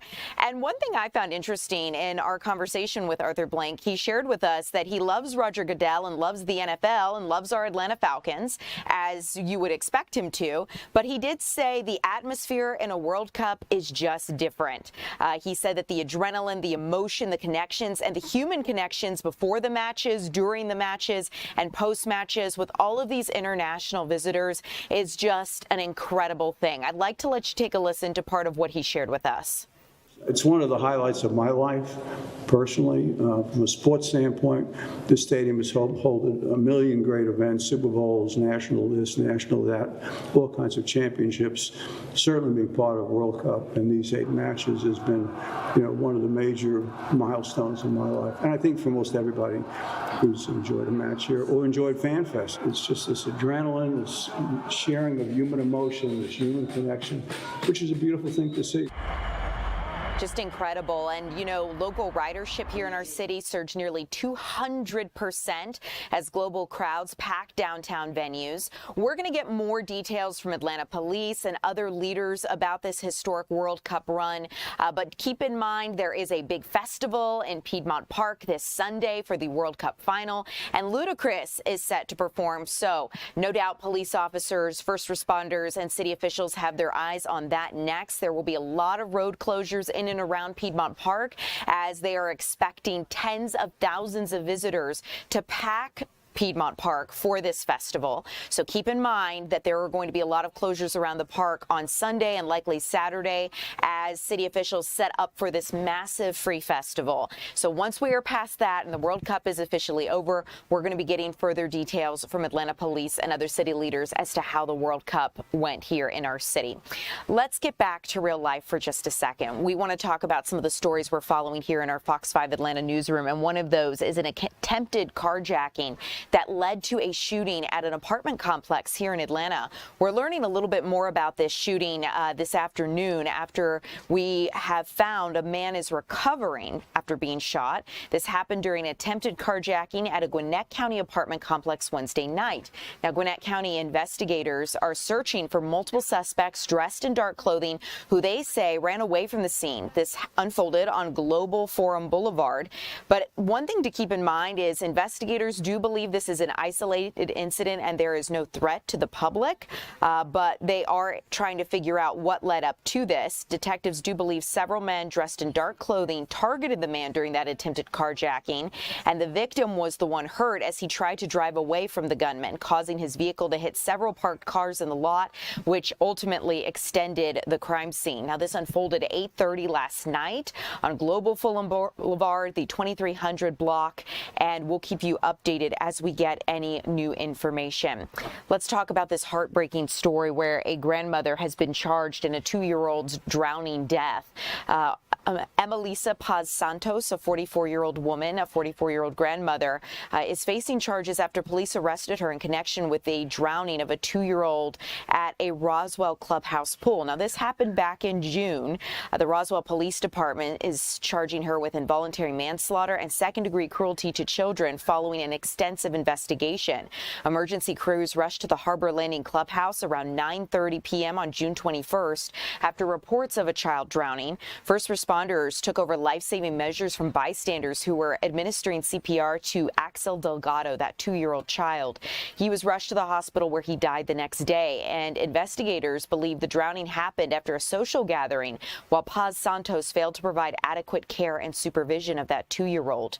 The Fulton County District's Attorney's Office is involved, and detectives obtained warrants and booked her into the Fulton County Jail on July 14th. So we'll keep you updated as we get new information on this. But in the meantime, I want to let you know that Atlanta officials are investigating this airport payment debacle dealing with transportation employees at the Atlanta airport. In fact, Atlanta officials have actually intervened after airport parking lot employees were paid with Zelle. This has been an ongoing situation where Atlanta airport parking employees have faced severe pay delays and were unprofessionally paid via mobile apps. City officials in Atlanta got involved last weekend to secure back pay, union dues, and insurance premiums for 200 workers. Now, these workers operate Park ATL and a lot of the transportation shuttles that we use around the airport. Unresolved payroll gaps remain a major concern as that subcontractor for the city transitions to a new payment processor by late July. And it sounds like there's concern this could even affect the Atlanta Police Department, and that's something that they're trying to avoid. Take a listen to what leaders here in Atlanta had to say. The occurrence of the payroll was because there was a provider that was providing a service to the subcontract effector, and they lost the services. In that time, they began to do the services themselves, and now you have an issue of the payroll and all the inconsistencies. We keep getting these phone calls in the middle of the night and things from these employees because of what they're going through. You have to reestablish that faith. Well, after a confrontation with union representatives in a city hallway, Vector owner Reginald Haslam Jr. paid the outstanding union dues and insurance premiums, and he has promised to rehire ADP to manage all future employee payments. So you understand there's a subcontractor that the city was using to hire this system, and people weren't getting paid in a professional manner, and now the city is trying to make sure that this doesn't happen to any other departments. Let's continue along here. I want to take you out to Noonan, where we're learning more about a shooting that unfolded in a shopping center. As we understand it, a bullet struck a woman's minivan as she was driving away, and our Doug Evans has been digging into this. Doug, thanks for joining us. What are you learning? Yeah, just a clarification. It didn't happen in the shopping center, but it did happen on a roadway that is adjacent to the shopping center. This happened July 1st to a lady, and we can only use her first name, Kelly. She was driving past Ashley Park, the big retail shopping center here in Noonan, and a bullet struck her minivan. In the back lift gate, rattled around throughout the minivan and then came to rest. Noonan police found it there near a seat on the floorboard. Pretty startling for anyone, anywhere, no matter where you live. So we talked with her about it today. Here's what she had to say. All of a sudden, there was a gunshot sound, very loud sound, and plastic that kind of scattered all throughout my van right after I had turned left onto Ashley Park Drive. And I guess from I guess, habit of hearing something like that, I kind of ducked and kind of kept going. I kind of looked around, but I didn't see anyone and no cars or people around. And I was just thinking that was a gunshot. It was very loud. So I just, we should do better. We've all got to do a little bit better if you hear something. And the fact that there's people shooting at all. Why are we doing this? You know, have better concern for people around you. This is not a game. If this is a teenager that's getting a hold of parents' gun when they're at work, parents do a little bit better job of locking that up. Kids, this isn't funny. Yeah, she's not even saying that it was teenagers or whatever. She's saying whoever did it, it's dangerous, very dangerous. The bullet has to land somewhere. And Ariel, we've had any number of cases here since July 4th of people in the metro Atlanta area who have been struck by gunfire, even a lady who was killed. Kelly thinks that she's pretty lucky that she didn't get hurt, and neither did anyone else. I would say so, Doug. And, you know, people are chiming in on this on TikTok. Leslie Ann actually says the same thing happened to her when she was driving on I-20 West. That's absolutely terrifying, Leslie. I hope you were able to file a police report and everything, and that there's an investigation ongoing. But have police shared anything with you, Doug, as to who they believe this could be? You know, very tough to investigate this kind of crime. We know that the Newnan police went out there, walked the area, couldn't find anything. That's another thing that we need to tell folks. This happened July 1st, around 1:50 in the afternoon. She was coming back from lunch to her office in Newnan. Excuse me. So 1:50 in the afternoon. If you heard anything, saw anything, contact the Newnan Police Department. Got it. Well, Doug, thanks so much for joining us live. I know we'll see you again later this evening. In the meantime, I'll let you get back to gathering more information. Appreciate you in the conversation. Let's continue here, guys, with some news we're following in the Fox 5 Atlanta newsroom locally and nationally. So President Trump, we are understanding, will visit a Cobb high school here in DeKalb County next week. And we're understanding he's going to discuss a new student investment program. The Trump Accounts Initiative allows parents and groups to invest up to $5,000 annually in stock market funds for children, and newborns born during the president's second term can qualify for an automatic $1,000 government contribution. So the president is scheduled to visit Wheeler High School in DeKalb County to pitch his student investment program. We expect him to outline the Trump Accounts Initiative and to talk about how this is going to work and to spread more of the word. You're taking a look at video from one of the previous visits that the president had here to Georgia back when he was in Rome. In the meantime, let's talk about the briefing that the White House held today. There was a lot that White House Press Secretary Caroline Leavitt discussed, from the economy to the war with Iran. But keep in mind, tonight, the president is scheduled to deliver an address to the nation that will focus on election integrity, and it is expected that the president will highlight his findings that he says his administration has discovered show foreign interference in the 2020 election. As you might imagine, reporters listened to the White House press briefing, but they really wanted to ask questions about that primetime address scheduled for 9 o'clock Eastern tonight. So let's listen to some of those questions that reporters had for the press secretary.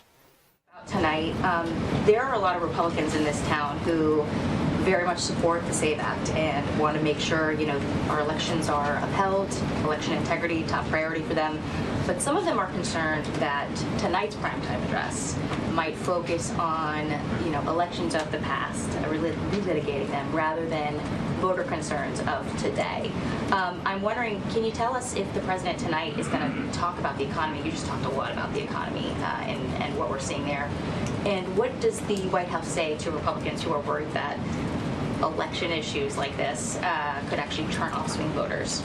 Well, a few things. I would encourage everyone to tune in tonight. I've seen a lot of reporting and frankly misreporting about what the president will say. I think the American people will be relieved to hear what they are hearing from the President of the United States and his commitment to transparency and the focus on the integrity of our elections tonight. I think all Republicans and Democrats should recognize this should be a nonpartisan issue.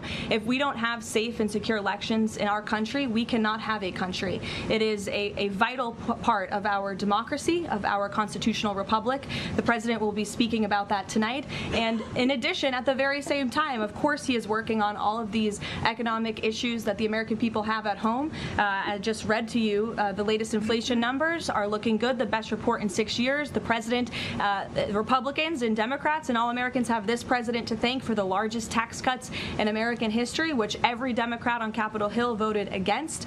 You have this president to thank for the Trump accounts for our children and securing the future of the American dream. So this president is doing a lot, but obviously safe and secure elections are a true tenet of our constitutional republic, and the president will be speaking about that tonight. Did agree that this speech tonight is about elections past, not elections upcoming. The 2020 election has had dozens of recounts, lawsuits, audits. The 2024 election, widely believed to be safe and secure. There's not really any question about that. A lot of people look at this. Because it was too big to rig. Well, I think a lot of people look at this. There's a massive amount of votes for this president. That's why he's in the Oval Office right now. No one disputes that. And there were a significant amount of votes for Joe Biden, who won in 2020. I mean, the question is, why is the president unable to let this go?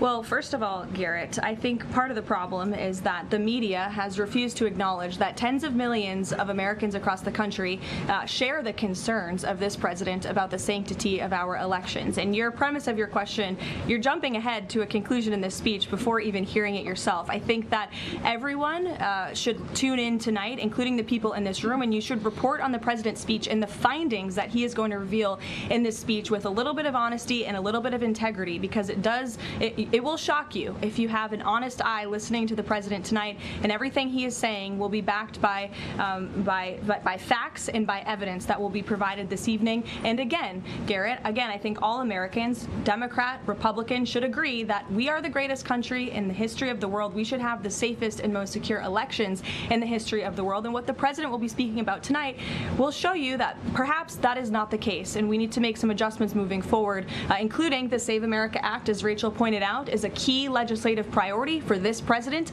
on Capitol Hill, and he wants to see all senators and members of Congress voting in favor of the Save America Act, because it's crucially important as we move forward. Will the president... All right, you're taking a listen as White House Press Secretary Caroline Leavitt answered questions from reporters.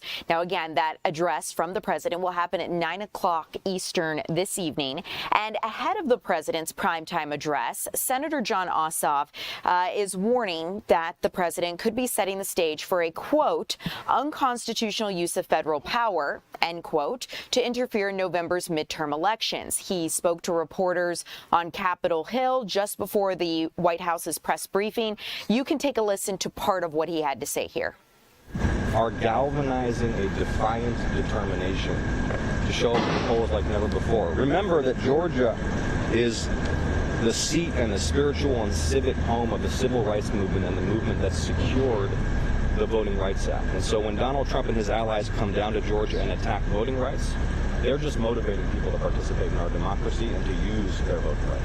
I know members of the Georgia delegation have been pushing for more information, but just to be clear, have you gotten any further information about the outcome of that Fulton County raid, where those ballots are? No. Thank you all so much. Appreciate it. Thank you. Take care, everyone.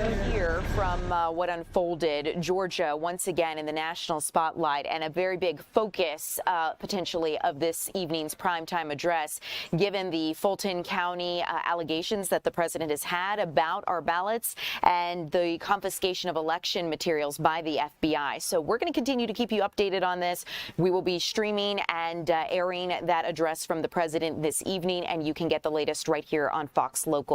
In the meantime, we are going to check in with meteorologist Lauren Robinson on your weather forecast. Stay tuned.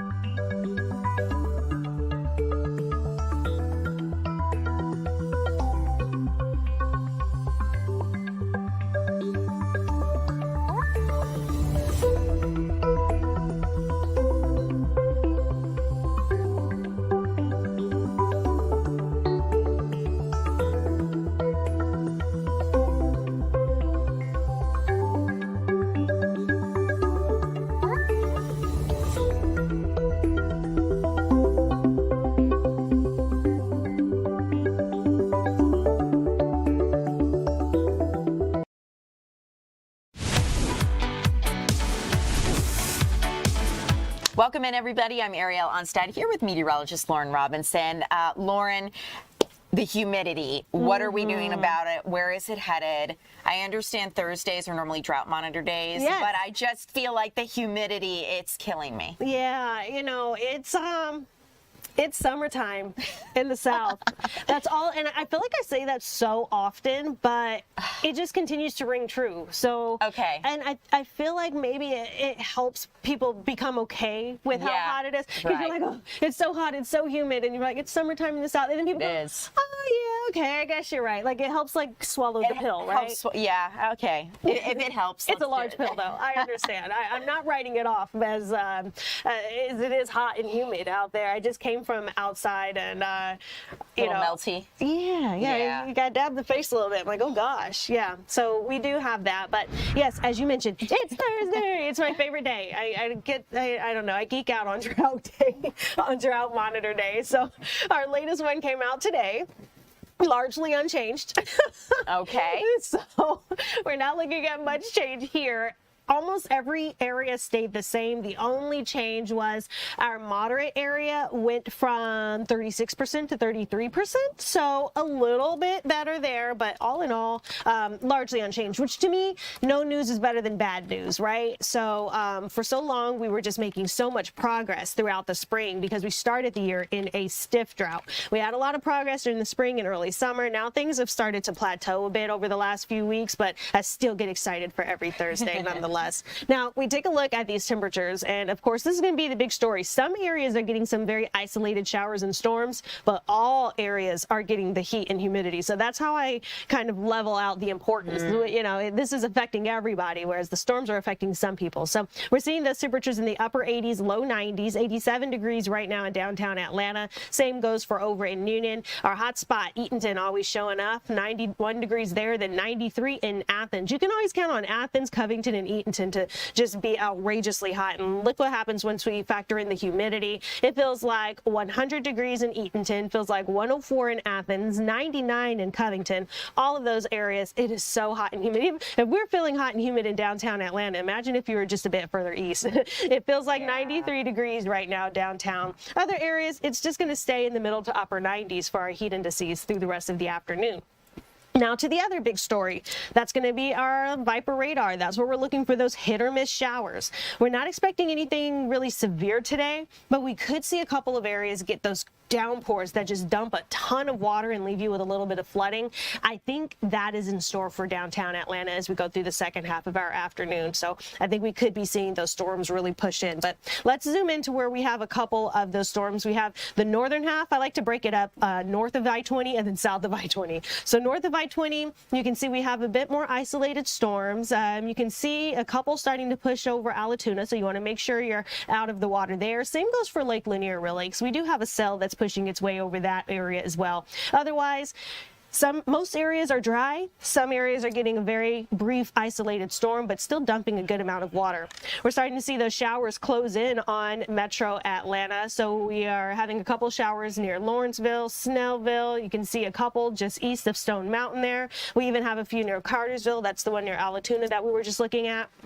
And then south of I-20, we have one right over Noonan. We have a couple just kind of sporadically across southern portions, but less frequent south of I-20 corridor. We go through the rest of the afternoon. We continue to look for those hit or miss showers and storms. Same goes for tomorrow afternoon. And then you'll notice the same trend for our Saturday. And then the same goes for our Sunday. So really the big picture here is we're going to be mostly dry, but not completely dry. So during your morning hours, all the way through maybe around 2 o'clock, I say, plan your outdoor activities, do your poolside fun, you know, go for that family bike ride. Between 2 to 7, that's when you have your biggest chance for a storm overhead. Not guaranteed, but if you're worried about a storm, for your outdoor plans, 2 to 7, not your great hours to be outdoors. Now, outside of that, we take a look at these temperatures. Most of the 7-day forecast is in the low 90s. That's right where we should be this time of year. We start to creep into the middle 90s by the middle of the next week. We'll let that be next week's problem. But in the next few days, we're going to see very seasonal temperatures.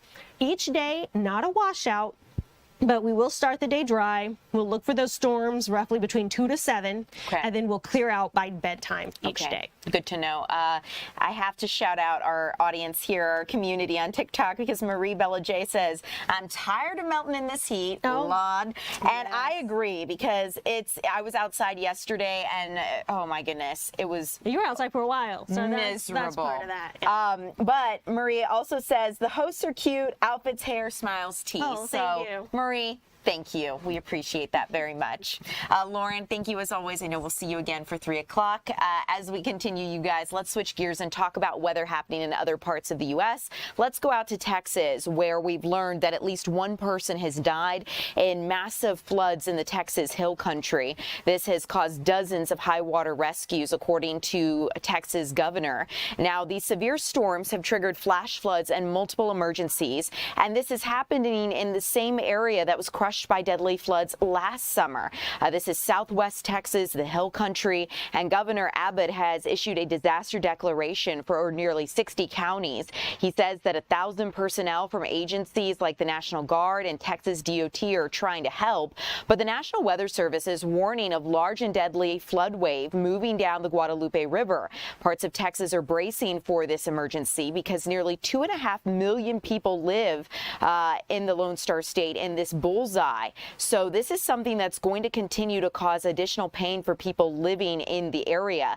Torrential rain is expected through Friday, and keep in mind, not only are they expecting a crest of flooding similar to last year's deadly floods on July 4th, but in some regions, meteorologists are saying rain could fall up to 3 inches per hour. 3 inches per hour. That kind of rain can quickly overwhelm creeks, low water crossings, and city streets, and so officials are really trying to get ahead of this. They've conducted well over 24 rescues in the past couple days and are expecting to do more tomorrow as this progresses. Keep in mind, a lot of the Texas Hill Country is still rebuilding after those deadly floods that hit last year. Now, over in Canada, it's pretty much the opposite story, but we're seeing wildfire smoke blanket now parts of the United States because wildfires burning across swaths of Canada are triggering hazardous air quality levels across the U.S. This scene looks like something from a movie. This is a massive fire that surrounded a train in Canada with a crew on board. Canadian officials say 3 trains carrying combustible and flammable materials were stopped in their tracks in northern Ontario as more than 100 wildfires burned in Canada. The crew was safely evacuated. In the meantime, Canadians were forced to deal with this orange haze. This is having a ripple effect across the Midwest and Northeast this week as Americans in Minnesota and elsewhere are seeing unhealthy air conditions. And into New York, we've seen dangerous air pollution. So doctors are saying that this is something where you might wear a mask if you live in that area. Keep your windows closed. You can see video from the smog and haze as this has continued to have a ripple effect. We'll keep you updated as this progresses. In the meantime, let's talk about a tragic situation that unfolded near Alcatraz Island off of San Francisco Bay. So I saw this video on social media and couldn't quite believe what was happening, but the U.S. Coast Guard is ending its search for 3 missing people who disappeared after a boat capsized and sank in the San Francisco Bay near Alcatraz Island. Police say 1 person who was pulled from the water is now dead and 3 others are still missing. This happened after a 49-foot cabin cruiser capsized and sank during a memorial service Tuesday. Police say 16 people were rescued and a dog who was on board died. It comes after witnesses reported rough seas on Tuesday with swells reaching as high as 5 feet. Officials have decided to call off the search last night after looking for more than 23 hours for survivors. A rescuer who was fishing nearby took action when the boat capsized, and he describes this terrifying scene. Take a listen. They've cumulatively covered 950 square nautical miles. In addition, they've searched over 1,700 miles of track line, utilizing 11 surface assets and 4 aircraft. We have completely saturated the search area. Despite that extensive effort, we have been unsuccessful in locating any survivors within the search area. That said, as I look at the extensive search effort we have put forth to this point, I look at the probability of success of locating a survivor within the search area, given everything we've put forth and all the environmental conditions. My intention is to suspend active search operations at sunset this evening. It was like Titanic in real life. I mean, there was stuff everywhere. There was a younger gentleman, you know, and he didn't even have a life jacket on. He had just a throwable, and I gave him a fishing weight to go try to break the windows over there because people were banging on the windows trying to get out. It was pretty wild seeing that, honestly. You know, people were either frantically, you know, because we were going in and out with our boat. They were either super frantic and we just had to grab them and, you know, look at my face, look at me in the eyes, I'm not going to let you go. Just terrifying. Now, San Francisco's Fire Chief Dean Crispin says even though swells reached up to 5 feet, marine conditions were not severe enough to warrant a small craft advisory. And that could be likely part of the reason why people may have felt it was safe to go out. As we continue, let's talk briefly about mortgage rates, because we've gotten new data today that shows mortgage rates, the average 30-year mortgage rate, has climbed to its highest level in nearly a year. This is driving up borrowing costs for prospective home buyers, and it's reached 6.49%, rising now to 6.55%. So over 6.5%, which is higher, according to mortgage buyer Freddie Mac. A year ago, the average was 6.75%. So this could amount to hundreds of dollars a month in costs for borrowers, limiting what people may be able to buy. A bunch of factors affect mortgage rates, including the Federal Reserve's interest rate policy decisions to bond market investors' expectations for the economy and inflation. They also generally follow the trajectory of the 10-year Treasury yield, which lenders use as a guide to pricing home loans. So we've seen a lot of uncertainty in the war with Iran, and as we continue here, I hope to talk a little bit more about that coming up. But this is just something I want to make sure that you are aware of. As we continue here at 2 o'clock, we are going to check in on some more stories. We've got our Chris Rosenthal out at Georgia Tech looking at a really incredible invention straight away.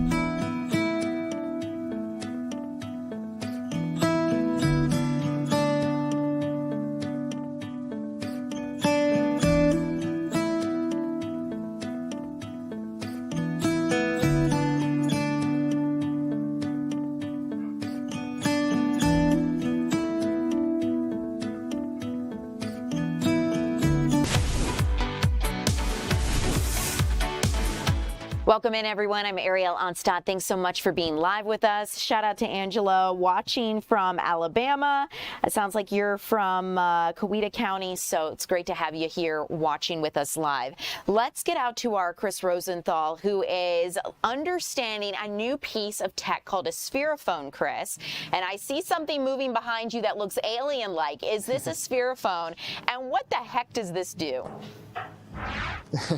Yeah, absolutely. These are actually some robots here, mimicking robots that you might have in a factory environment. In the Spherophones, I'll show you here in a second, they are designed to help with safety in that sort of situation. I'm here at the Georgia Tech Robotics Musicianship Lab, where they have developed the Spherophones. And here to tell me about it is Dr. Amit Rogel. And first of all, tell me about the problem here that you're trying to solve. Yeah, so this project started as a National Science Foundation grant where we're trying to use music and music technology to improve safety between humans and robots. And one issue you'll see a lot is, for example, in hospitals or factories, there's a lot of sounds that are bothering you and distracting you. And we want to use both sound localization as well as non-distractive music to help improve your awareness of robots. And these are the Spherophones here. And tell me what these are and how they work and what they do. Yeah, so these are the Spherophones. They have 10 speaker drivers on around you, 5 on either side of your ear. And as I put them on, I can hear these different music tracks localizing to different robots that are around me. As they move, the sound around me moves. So if you're in the factory, you're working, and you've got these things moving around you, this helps you understand where they are and how you relate to them, huh? Yes. So, for example, as one of these robots is moving behind me, I can tell if it's working or not. I can tell if the one behind me stopped working, for example, and that the robots to my left are pulsing back and forth. And the sound is also changing to communicate whether or not it is safe or dangerous. And that's the sound that we're hearing there. And other applications, real quick, what are some of the other applications? Yeah, some of the other applications are for blind and visually impaired people. These headphones allow us to have a natural conversation, hear the outside world, so it can also communicate if there's anything going on around you in the outside world. The other one is gaming, to have a more immersive experience. And we'll flip around. We got about a minute or so here to show this. This is Ling here. She is a master's student here. Tell me a little bit about the gaming here. Yeah, Spherophone has a real advantage in gaming because in immersive settings, you can hear more granular localization, and in more competitive settings, you can locate the enemies faster. So the way we did this is we use it on a real game, Skyrim, and then we wrote a game mod that can, like when the game outputs sounds, we map the sounds into our 10 speakers based on the coordinates of the sounding objects. Yeah, you may be able to hear it there, and I tried this out a little bit earlier, and it's really amazing. I mean, these speakers, they have 5 speakers per side, 10 speakers. So, fancy headphones that you might buy at the store, they only have 2. So you really get a really, really immersive experience. Again, a lot of different applications, from gaming, from factory safety, and for the disabled. So, and of course, with gaming, it's such a big industry here. And so you may see something like this in the stores soon and out there in the real world. Back to you guys. This is really cool, Chris. I did not expect to learn about Spherophones today, but you have educated me. And this is such an incredible invention from the Georgia Tech students, and just how they're able to put this together. Shout out to the doctor, the researchers there putting something like this together. I can hear the sounds there on the screen. So, Chris, I know you'll join us again at 3 and explain a little bit more about how this works, but I appreciate the conversation this afternoon. Spherophones, you guys, learn something new on Fox Local every day. Okay, so what we're going to learn about now, let's talk about the latest internationally as it relates to the war with Iran. We're going to switch gears. We didn't have time to talk about this just a bit ago, so I want to get to it now because we have new details coming into our newsroom from United States Central Command. We understand that they are conducting a new wave of strikes against Iran for the 5th consecutive night to further degrade Iranians' military capabilities. Now, that is according to a tweet from the United States Central Command, as you can see today on your screen. Now, keep in mind that as we've seen these intensified airstrikes, they have reached the capital of Tehran for the first time since the war restarted, since the ceasefire was pretty much null and void, according to President Donald Trump. Now, the president does insist Iran is begging for a deal, but that is not what the Iranians are saying. As I understand it, with the reporting that we are getting, the Strait of Hormuz is still at a standstill still, with the U.S. Navy firing on a ship trying to break the blockade.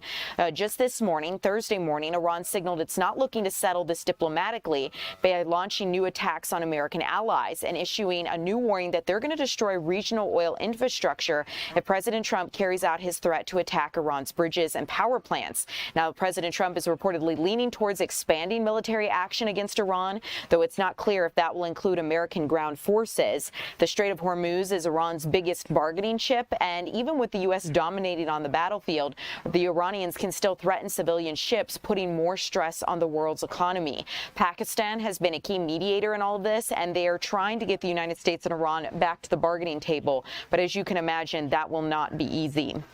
Let's talk about what's unfolding on Capitol Hill right now with a Senate confirmation hearing for Acting Attorney General Todd Blanche. The Senate is considering President Trump's pick to lead the Justice Department. Acting Attorney General Todd Blanche hoping to remove the word acting from his title. He received compliments from Republicans and took criticisms from Democrats. He faced tough questions from lawmakers on everything from January 6th to the Epstein files during the hearing's first day Wednesday. Now, Blanche defended his relationship with President Trump while touting a drop in crime across the country and fraud-fighting efforts. He also answered repeated questions about the Epstein files release, which he oversaw, and the mistakes made by identifying victims. He said that whenever they learned a victim's name had not been properly redacted, they immediately took the document down and fixed it as soon as they could. He says that doesn't excuse the mistakes, of which I take responsibility. Now, Republican John Cornyn peppered Blanche with questions about the president's settlement with the IRS, which included a nearly $1.8 billion fund to pay people who applied and believed the government was weaponized against them. When pressed multiple times, Blanche said the idea of a weaponization fund is history. President Trump pushing all Republicans to vote in favor of Blanche, and that final Senate floor vote could come the first week in August. So this is something we will continue to keep you updated on. Now, I also want to let you know, as it relates to the immigrations and customs enforcement policy that we've learned a lot about here recently, President Donald Trump is reinstating ICE vehicle stops. He says that ICE needs to be able to conduct traffic safety stops to keep the agency strong, tough, and smart. The president says ICE traffic stops will continue on his watch. This is overturning the short and temporary suspension that the Department of Homeland Security had instituted. That pause was supposed to happen while ICE officers reportedly received new training on traffic stops. Over the last week, 2 immigrants were killed by ICE agents in Maine and Texas, sparking outrage once again across the United States. On Monday, Johann Sebastian Guerrero was fatally shot by an ICE agent in Biddeford, Maine, after agents tried to stop his car. Last week, Lorenzo Salgado Araujo was killed in Houston while on his way to work. And in both incidents, DHS says the ICE agents involved were not wearing body cameras. Border Czar Tom Homan says agents still have many other options to make arrests, but ICE agents do depend on traffic stops to make immigration arrests because a judicial warrant is not needed. Now, DHS says body cameras have been deployed to more than half the field offices so far, and the remaining will receive them within the next 60 days. We will keep you updated on this ongoing situation. But in the meantime, let's talk about something a little closer to home, because Atlanta police are searching for persons of interest in a deadly robbery. So they've released new images, and they're hoping that you can help them find these people. So you can see it there on your screen now. They say that this deadly robbery unfolded in southeast Atlanta on July 7th. Officers responded around 3:40 in the morning on July 7th to the intersection of Decatur Street and Grant Street. This is near the King Memorial MARTA station. And according to Atlanta police, a 42-year-old man was found lying on the sidewalk unconscious. He was rushed to the hospital where he died, and they've not released this 42-year-old man's identity or his cause of death. They've also not named any public or any suspects publicly in this case, and they have not confirmed what property was taken during the robbery. All we know is that there was a robbery that ended in someone's death, and they believe this man is a person of interest and hope that you recognize him and can offer further details. As we continue here at 2 o'clock, I want to talk about some resources for families who are managing autism. Our Maria Guzman is live at a organization working to help families. We're going to check in with her coming up.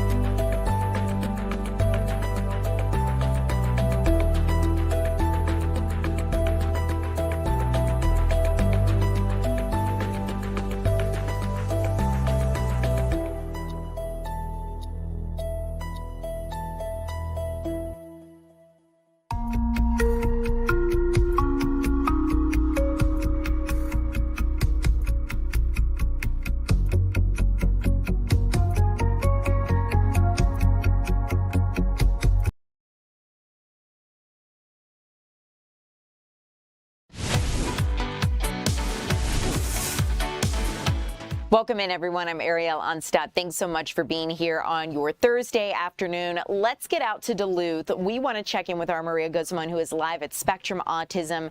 They have a whole host of programming opportunities for families this summer. And Maria, I understand one of those programming opportunities includes gardening. Yes, Ariel, and in particular, it's a sensory garden. So what's really neat is that this garden really caters to the spectrum community and all their different needs when it comes to sensory. And it just got a fresh new look because it needed some update, it needed some extra love as they welcome in more.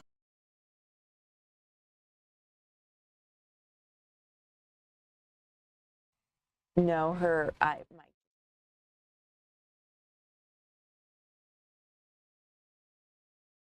So first off, we're going to talk to Renee here. I have Renee and Isabel. So Renee, for people who are learning about spectrum autism and the work you guys do, just walk me through your mission.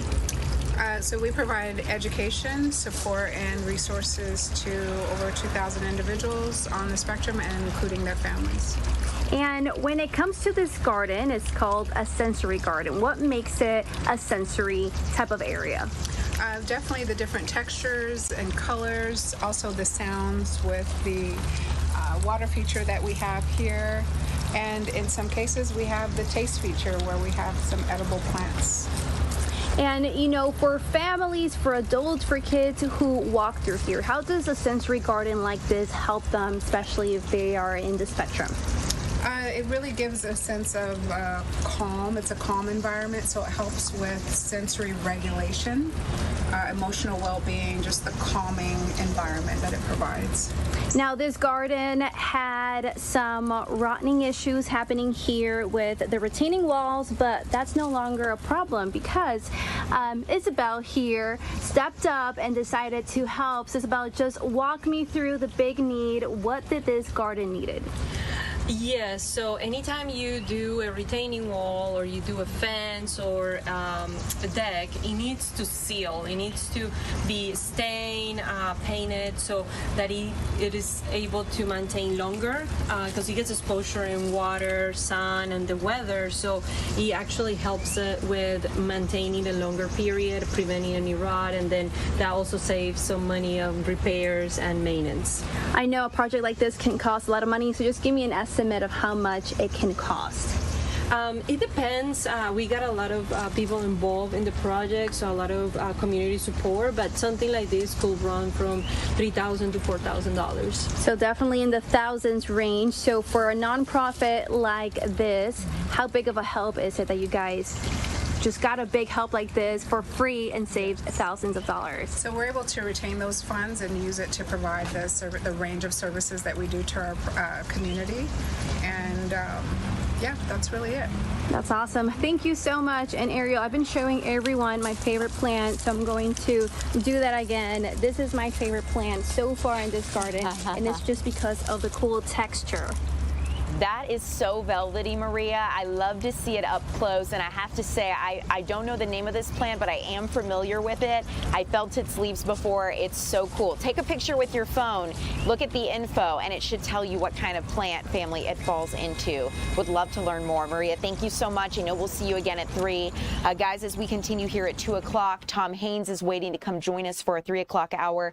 In the meantime, I do want to quickly let you know that we are getting an Amber Alert for a gray Jeep Renegade out of Baxley, Georgia, and that license plate is SLU 9322. Some of you here in the chat asking if we got that Amber Alert. Yes, I did. I just got it on my phone and it's still up. So you can actually see it there on your screen. This is Layla Carter. The Amber Alert is issued for this 13-year-old girl, and she is a female. She is black. She has blonde hair, as you can see, and is about 5 feet 2 inches tall and weighs 100 pounds. Her hair is braided, and she was last seen wearing pajama bottoms and a t-shirt. So if you recognize this Jeep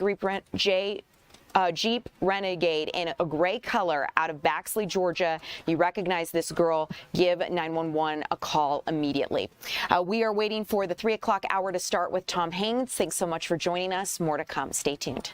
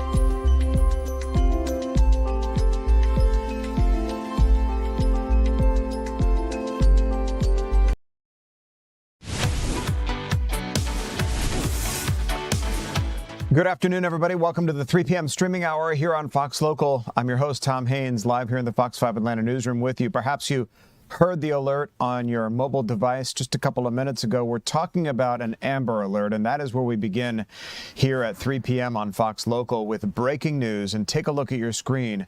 Police want to find this child, Layla Carter. She was last seen in Baxley, Georgia, which I'm going to give you a little bit of geographical perspective as to exactly where we're talking about. This is south and east. So if you're to imagine I-16, which goes out to Savannah, and I-75, which goes down through Macon, Baxley is sort of right in between those two highways, and police say that that's where young Layla was last seen. She's a black female with braids in her hair, about 5 foot 2 inches tall, 100 pounds. Want you to take a good look at her picture here, and perhaps we could take it again full one more time so that you get a good look at Layla Carter. She was last seen in a Jeep Renegade. Again, if we could take the graphic full so that people could see it a little bit better. There you go. Last seen in Baxley, which is in the sort of southeast corner of the state. Police are looking for her. Last seen wearing pajama bottoms and a T-shirt. So if you have any information on Layla Carter or her whereabouts or who might have taken her, you're asked to call authorities 911 immediately. We'll continue to follow the status of that investigation as we continue here live with you on the 3 p.m. streaming hour. More breaking news for you, and we just learned that President Trump will be visiting Georgia next week. Sources tell Fox 5 that he's going to be visiting a high school. He's going to be talking about the Trump Accounts for Children, which recently just launched. It's the federal government's program to deposit money into a savings account, a tax-deferred savings account for young people. Meantime, the president tonight is going to have a primetime address in advance of that visit to Georgia. He has suggested that he's going to focus on free and fair elections in this address, teasing what he called one of the most important speeches of his presidency, while offering not many details about exactly what he plans to unveil. But anytime the President of the United States decides to hold a primetime address, it has our attention. There are suggestions that he may revisit long debunked theories about the 2020 election defeat, specifically here in Georgia. You remember that FBI raid at the Fulton County Election Headquarters office. Boxes and boxes of ballots and documents were taken from there to be analyzed by the FBI. The speech is coming as he's escalated his calls for Republicans to pass tighter federal voting rules for the November midterm elections. On Tuesday, from the Oval Office, the president said, quote, "It doesn't get bigger because without free and fair elections, you don't have a country." He went on to say, quote, "We'll be discussing that and other things, but it's going to be a very big announcement." And of course, we will be covering that here live, not only on Fox Local, your streaming outlet, which is on all the time, but on Fox 5 Atlanta. So do stay tuned for that tonight for the primetime address. Now to some local headlines, and there is a very big town hall happening in Fulton County. The sheriff's office hosting this to hear directly from the community about proposed changes to the county jail. It's been a huge problem for Fulton County officials. Sheriff Pat Labatt and his command staff are going to be at Enon Baptist Church to take questions from constituents. Someone who got a preview of that town hall is our very own Angelique Proctor, who's standing by live with details for us. Angelique, what more do we know about this town hall? Well, good afternoon to you, Tom, and to all of our viewers. We are here at the Enon Baptist Church, which is in South Fulton County, not far from Camp Creek Parkway, where this town hall meeting will start in just about 4 hours. The sheriff says he wants to hear from not only stakeholders but community members, so he is inviting everyone to be here. Well, what do we know about it, you asked, Tom? One of the discussions that we expect to come up will be whether offenders who are charged with misdemeanors should no longer be housed at the Fulton County Jail. And of course, we all know that facility has been plagued with overcrowding, and in an effort to reduce the numbers, there has been talk about these low-level misdemeanor arrests that are diversion eligible things like shoplifting or criminal trespassing or possession of less than 1 ounce of marijuana, charges like that, according to the ACLU of Georgia, those people are driving up recent spikes in jail population. And in 2023, according to the ACLU, only 85 people were incarcerated on misdemeanor-only charges. But then by 2025, that number had skyrocketed to 449. But here in Fulton County, Sheriff Labatt says the data will drive his final decision. Take a listen. When you look at the data shows that there are only 1 to 3% at any given time of our average daily population that are misdemeanors. Most of those are either domestic violence or have some touch with mental health issues. And so we want to be thoughtful about what that looks like. And we want to hear from our community.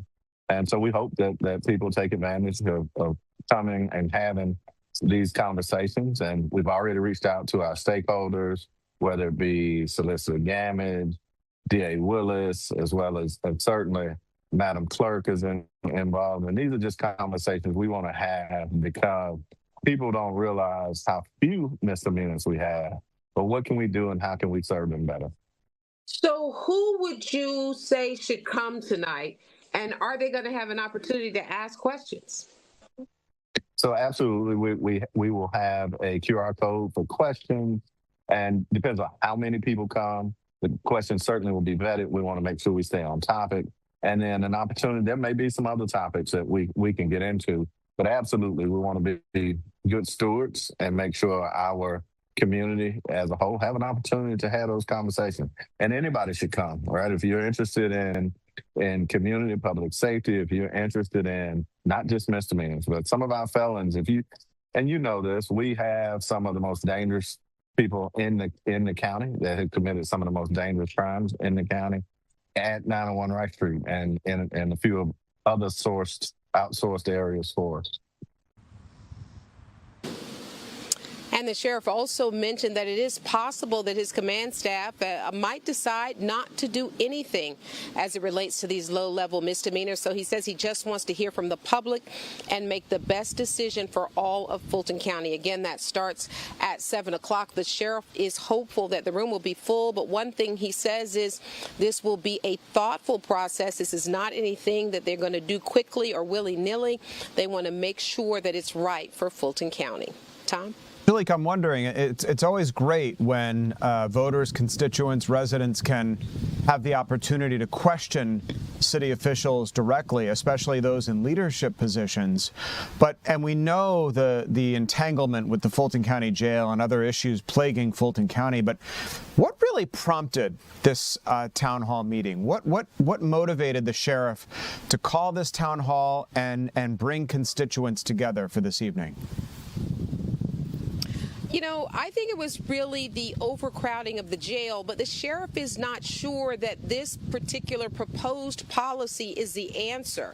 Lots of people, I remember Fulton County Chairman Rob Pitts and several others held a news conference saying not only do we need to stop taking them at the Fulton County Jail, but we need to have wraparound services for these individuals. So the thought was, how can we bring the numbers down at the Fulton County Jail? And the question is the answer within the jail, or does it involve the court system, or does it involve the police? So the solution is sort of multifaceted, if you will. And so that's why the sheriff is saying he may or may not make that policy decision change. Well, it seems where the jail is concerned, and nobody knows this better than you do, that the problems are seemingly unending. But every opportunity to try to chip away at what's going on there, and especially to hear from Fulton County residents, constituents about their input as to what plagues the Fulton County Jail, the more the better. Angelique Proctor with this preview of the town hall, which of course we'll be covering here on Fox 5. Angelique, thanks so much. Well, World Cup, at least as Atlanta is concerned, is over for us. We got our 8 matches in the books at great success. And one person who's touting that more than anyone is Arthur M. Blank. He's the philanthropist, businessman, celebrant of the triumphant World Cup games. Here, the historic 8-match World Cup run that brought a massive wave of global soccer fans right to the heart of our city.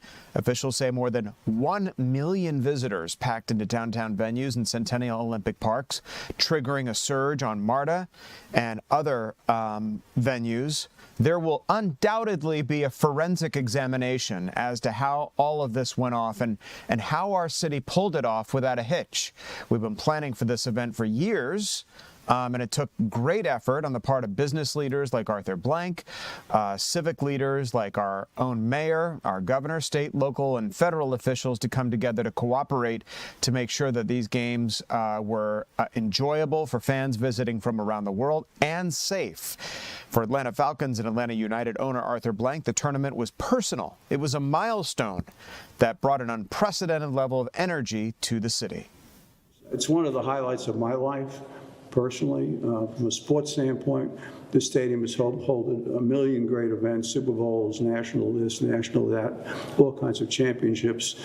Certainly being part of World Cup and these 8 matches has been, one of the major milestones in my life. And I think for most everybody who's enjoyed a match here or enjoyed Fan Fest, it's just this adrenaline, this sharing of human emotion, this human connection, which is a beautiful thing to see.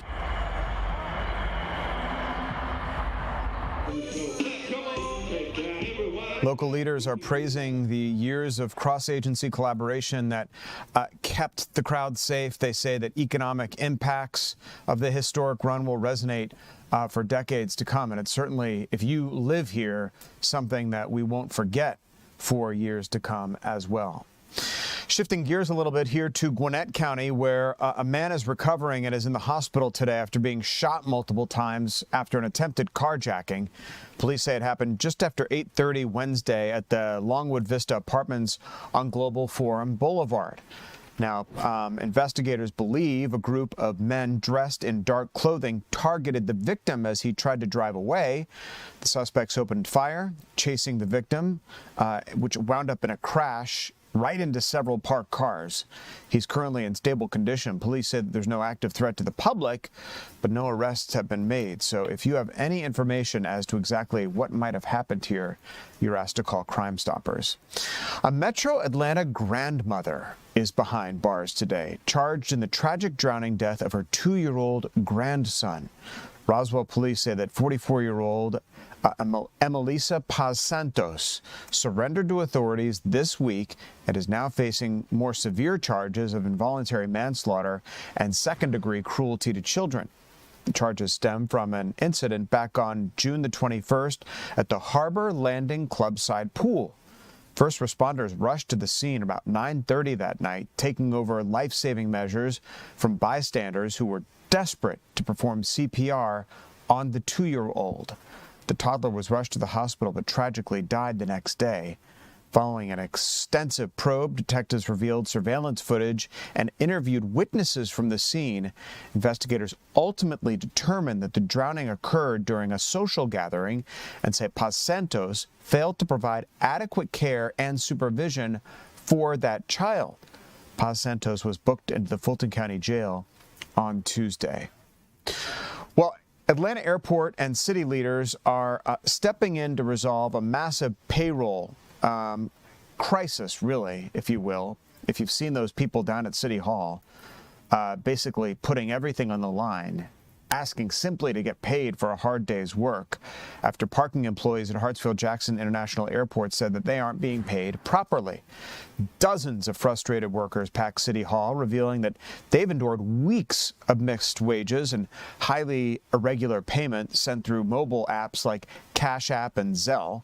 The subcontractor, Vector, blames the chaos on a temporary loss of its payroll provider. While the city says it worked over the weekend to secure back pay and benefits for 200 employees, council members remain highly skeptical about how the remaining workers will be paid during a 13-day gap between a new payroll contract officially takes effect and what they have started earning during that 2-week period. It was a tense Transportation Committee meeting. Employees made an emotional plea to city leaders to help and stabilize this issue. The occurrence of the payroll was because there was a provider that was providing a service to the subcontract effector, and they lost the services. In that time, they began to do the services themselves, and now you have an issue of the payroll and all the inconsistencies. You keep getting these phone calls in the middle of the night and things from these employees because of what they're going through. You have to reestablish that faith. Now, for their part, Vector's CEO disputes the allegations that wages were intentionally withheld, noting that the app payment only represents a fraction of the payroll that was corrected. Gwinnett County Police need your help this afternoon finding a missing man that was last seen about 2 months ago, we understand. Malik Pope's vehicle was found abandoned on a rural Carroll County road near Whitesburg. Kevin Stewart live on this investigation for us. Kevin, and if we have any answers as to the whereabouts of this person.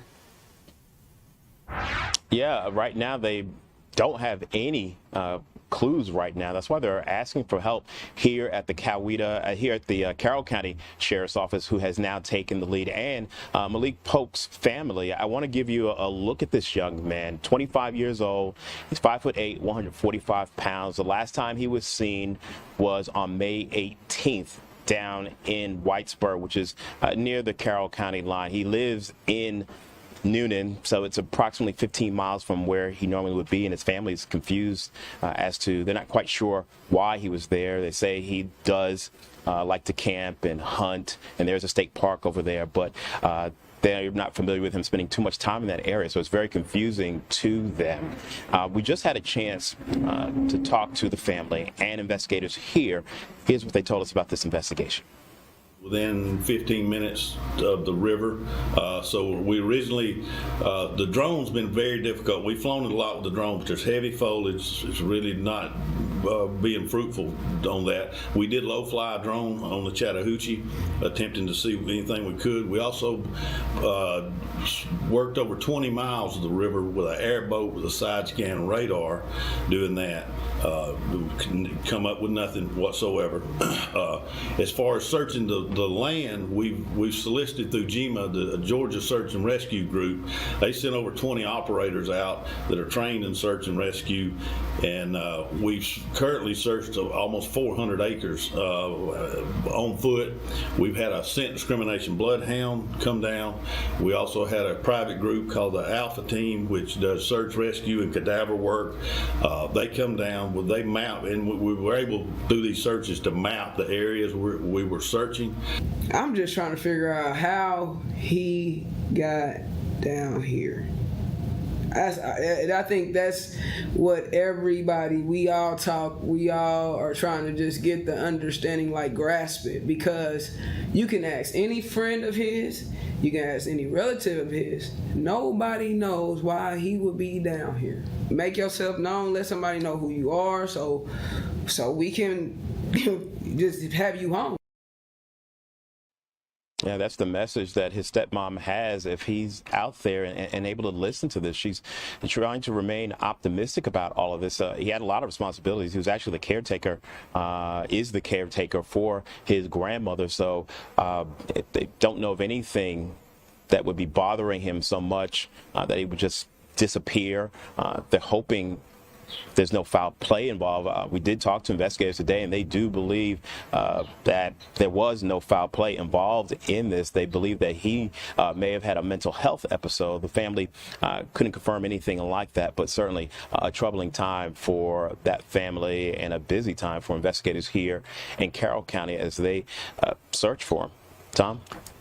You know, Kevin, these missing persons cases, especially, 1, 2, 3 months goes by, are always especially hard to crack. But sort of amplifying that is the fact that this is a very rural community. Okay, so if it happens in a metropolitan area, you might have witnesses, somebody knows somebody. Oh yes, I saw him not too long ago. They get police information they need. But is that sort of making this investigation more complicated? The fact that this is a very dispersed and spread out area? It is, and you know how this actually started was that apparently Mr. Polk had gone to a house in the area and kind of did something on the door, and that startled the homeowner because it's a fairly rural area. Not a whole lot of people are out there, and that person called 911. And when Carroll County came out, and they looked at the area and they found Polk's car nearby running. And of course, he wasn't in it. And so that's the thing that's just really strange. Like you said, heard the major say, they spent time in the woods, 400 acres worth of woods, combing through that area, looking for anything. They tried to search his devices. He had a camera in his car, trying to use all this stuff to piece together. But there's not really a whole lot to indicate what happened to him. Yeah, so many questions here, and I'm sure the family is desperate for answers. Kevin Stewart live on this investigation and to the missing Coweta County man. Kevin, thanks so much. Moving on now, we told you about President Trump's speech tonight. Well, Caroline Leavitt, the White House press secretary, who's fresh back from maternity leave, actually, holding one of her first full press briefings today. We were, of course, listening to it, monitoring it, and she was asked about the election disparities, if you will, that we understand is going to be part of the president's national address tonight. Listen to her, part of her back and forth with reporters this afternoon. Tonight, there are a lot of Republicans in this town who very much support the SAVE Act and want to make sure, our elections are upheld, election integrity, top priority for them. But some of them are concerned that tonight's primetime address might focus on, elections of the past, relitigating them rather than voter concerns of today. I'm wondering, can you tell us if the president tonight is going to talk about the economy? You just talked a lot about the economy and what we're seeing there. And what does the White House say to Republicans who are worried that election issues like this could actually turn off swing voters? Well, a few things. I would encourage everyone to tune in tonight. I've seen a lot of reporting and frankly misreporting about what the president will say. I think the American people will be relieved to hear what they are hearing from the president of the United States and his commitment to transparency and the focus on the integrity of our elections tonight. I think all Republicans and Democrats should recognize this should be a nonpartisan issue. If we don't have safe and secure elections in our country, we cannot have a country. It is a vital part of our democracy, of our constitutional republic. The president will be speaking about that tonight. And in addition, at the very same time, of course, he is working on all of these economic issues that the American people have at home. I just read to you the latest inflation numbers are looking good, the best report in 6 years. The president, Republicans and Democrats and all Americans have this president to thank for the largest tax cuts in American history, which every Democrat on Capitol Hill voted against. You have this president to thank for the Trump accounts for our children and securing the future of the American dream. So this president is doing a lot, but obviously safe and secure elections are a true tenet of our constitutional republic, and the president will be speaking about that tonight. Did agree that this speech tonight is about elections past, not elections upcoming. The 2020 election has had dozens of recounts, lawsuits, audits. The 2024 election, widely believed to be safe and secure. There's not really any question about that. A lot of people look at this. Because it was too big to rig. Well, I think a lot of people look at this. There's a massive amount of votes for this president. That's why he's in the Oval Office right now. No one disputes that. And there were a significant amount of votes for Joe Biden, who won in 2020. I mean, I think the question is, why is the president unable to let this go? Well, first of all, Garrett, I think part of the problem is that the media has refused to acknowledge that tens of millions of Americans across the country share the concerns of this president about the sanctity of our elections. And your premise of your question, you're jumping ahead to a conclusion in this speech before even hearing it yourself. I think that everyone should tune in tonight, including the people in this room, and you should report on the president's speech and the findings that he is going to reveal in this speech with a little bit of honesty and a little bit of integrity, because it will shock you if you have an honest eye listening to the president tonight, and everything he is saying will be backed by facts and by evidence that will be provided this evening. And again, Garrett, I think all Americans, Democrat, Republican, should agree that we are the greatest country in the history of the world. We should have the safest and most secure elections in the history of the world. And what the president will be speaking about tonight will show you that perhaps that is not the case, and we need to make some adjustments moving forward, including the Save America Act, as Rachel pointed out. out is a key legislative priority for this president on Capitol Hill, and he wants to see all senators and members of Congress voting in favor of the Save America Act because it's crucially important as we move forward. Will the president accept the results of November's elections? Look, Ed, you should tune into the president's speech tonight before you jump ahead to conclusions about what's actually in the speech. Again, I've seen a lot of reporting and misreporting about what the president will say. We hope CBS will take the speech and all Americans should take it. Okay, but I'm not presuming it. I'm just asking. All right, Caroline Levitt there. Trying to answer questions about the November 2020 election, the president's issues with it, and trying to glean some information as to what might be said in this presidential address tonight to talk about the Save America Act, a priority piece of legislation for this administration, and anything that we might want to know about the events surrounding the 2020 election, an election that has taken place more than 6 years ago now, that the president has to offer. So, of course, we'll be watching the speech and reporting on it when it happens. You'll be able to watch it right here, by the way, on Fox Local and our broadcast channel, Fox 5 Atlanta. When we come back, we are nearing the end of the work week. Friday right around the corner, knocking on the door of the weekend. Meteorologist Lauren Robinson is going to be along here to talk to us about our weekend forecast and more when we come back.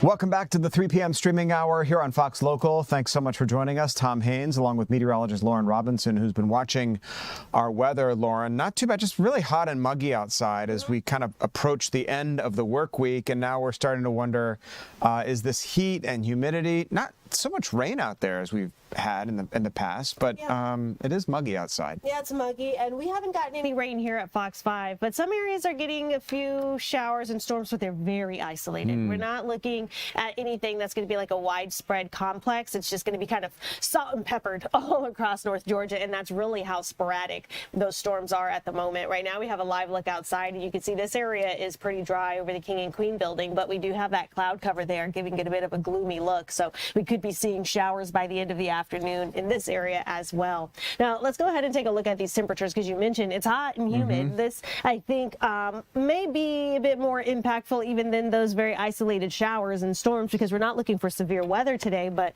these temperatures and the humidity, that could really impact any sort of outdoor plans you might have had today. We're seeing those temperatures in the upper 80s, low 90s all across North Georgia, 90 degrees right now in downtown Atlanta, 91 in Covington, 93 in Eatonton. So we take a look at these temperatures, and we do have a slight breeze coming in from the west and northwest. Not very gusty, but a little bit of a breeze there. As you factor in the humidity, though, this is what it feels like when you're outside. It feels like 102 in Eatonton and in Covington. It feels like 97 degrees in downtown Atlanta. Same goes for up in Gainesville, in Athens, down in Thomaston. So overall, we're hot and muggy across North Georgia, but all in all, as to be expected for this time of year. Same goes with these isolated showers and storms. We're not seeing anything super impressive. We're just kind of being salt and peppered with a few showers, a few isolated storms all across the area. So let's break this into two halves. We go up north of the I-20 corridor, and you can see a line of storms just northeast of Rome there.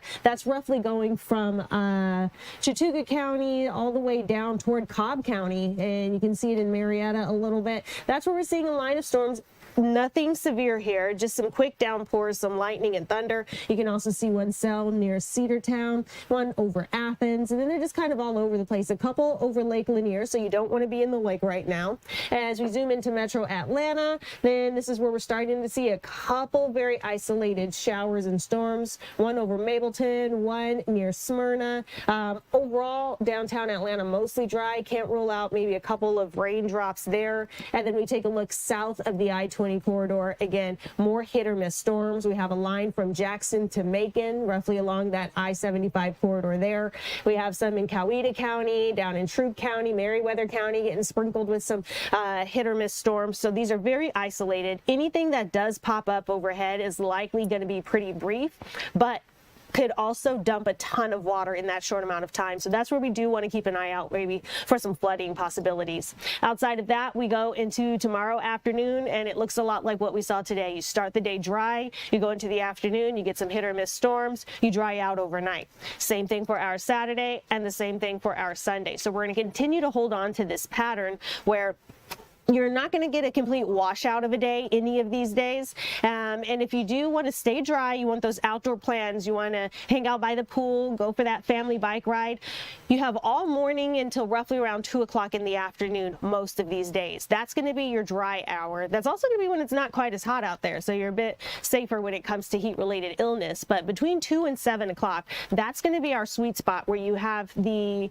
highest chance for a storm overhead. Not guaranteed, but you do have the highest probability for a storm overhead between 2 to 4 p.m. over the next few days, and then we start to dry out again from bedtime into the overnight hours. So as far as our temperatures are concerned, highs in the low 90s are where we're supposed to be this time of year, so we're going to stay very seasonal all the way through the weekend. We're going to continue to hold on to those afternoon storm chances, but as we go into the next work week, we start to climb above average a bit. We're in the middle 90s by the middle of next week. We will see those storm chances, those shower chances start to wind down a bit as you go into next week as well. They're not going to be completely nil because this time of year you always run the risk of that humidity kind of inducing some sort of a pop-up shower, maybe some Gulf moisture pushing in, but we're looking for those stronger storm chances through the end of this week into the weekend. All right. I think you guys refer to it as the summertime pattern. Yeah. Looks like we're in the thick of it right Absolutely, now. in every way. Yeah, Lauren, thanks so much. Want to head to Texas now. Speaking of rain, they're getting some torrential rain out there. Take a look at these pictures where at least one person has been killed in this flooding. It's launched dozens of high water rescues, according to Governor Greg Abbott out there. But look at the result of these heavy rains. Severe storms, flash floods, multiple emergencies triggered in Texas. This is the same area that was crushed by deadly flooding last summer. The governor issuing a disaster declaration, we understand, for 59 counties. He says that there's more than 1,000 personnel from agencies, from the National Guard to the Texas Department of Transportation stepping in to help. The National Weather Service says that a river gauge in Kerr County is expected to reach a crest similar to last year's deadly July 4th flooding. That event still top of mind as some areas are still trying to rebuild. In some regions, meteorologists are saying that rain could fall up to 3 inches per hour out in Texas. Well, from too much rain to not enough, we're talking about Canadian wildfires burning across a swath of Canada, triggering hazardous air quality levels across the United States. And while firefighter efforts are underway there, health concerns are still being raised. The smoke from these fires up in Canada is stretching all the way down through New England. It's like a scene straight out of a movie as these massive flames surround a train in Canada with a crew on board. Take a look. It's almost diabolical. Canadian officials say that 3 train cars carrying combustible and flammable materials were stopped in their tracks north of Ontario as more than 100 wildfires burn across Canada. The U.S. Coast Guard ends its search for 3 missing people who disappeared after a boat capsized and sank in the San Francisco Bay Area near Alcatraz. Police say 1 person who was pulled from the water is dead and 3 others are still missing after 49-foot cabin cruiser capsized and sank during a memorial service on Tuesday. According to police, 16 people rescued and a dog who was on board died. Again, Alcatraz Island, just off the coast of San Francisco. It's an iconic island, a tourist spot. It comes after witnesses reported rough seas on Tuesday with swells reaching as high as 5 feet. They've cumulatively covered 950 square nautical miles. In addition, they've searched over 1,700 miles of track line, utilizing 11 surface assets and 4 aircraft. We have completely saturated the search area. Despite that extensive effort, we have been unsuccessful in locating any survivors within the search area. That said, as I look at the extensive search effort we have put forth to this point, I look at the probability of success of locating a survivor within the search area, given everything we've put forth and all the environmental conditions. My intention is to suspend active search operations at sunset this evening. It was like Titanic in real life. I mean, there was stuff everywhere. There was a younger gentleman, you know, and he didn't even have a life jacket on. He had just a throwable. And I gave him a fishing weight to go try to break the windows over there because people were banging on the windows trying to get out. It was pretty wild seeing that, honestly. You know, people were either frantically, you know, because we were going in and out with our boat.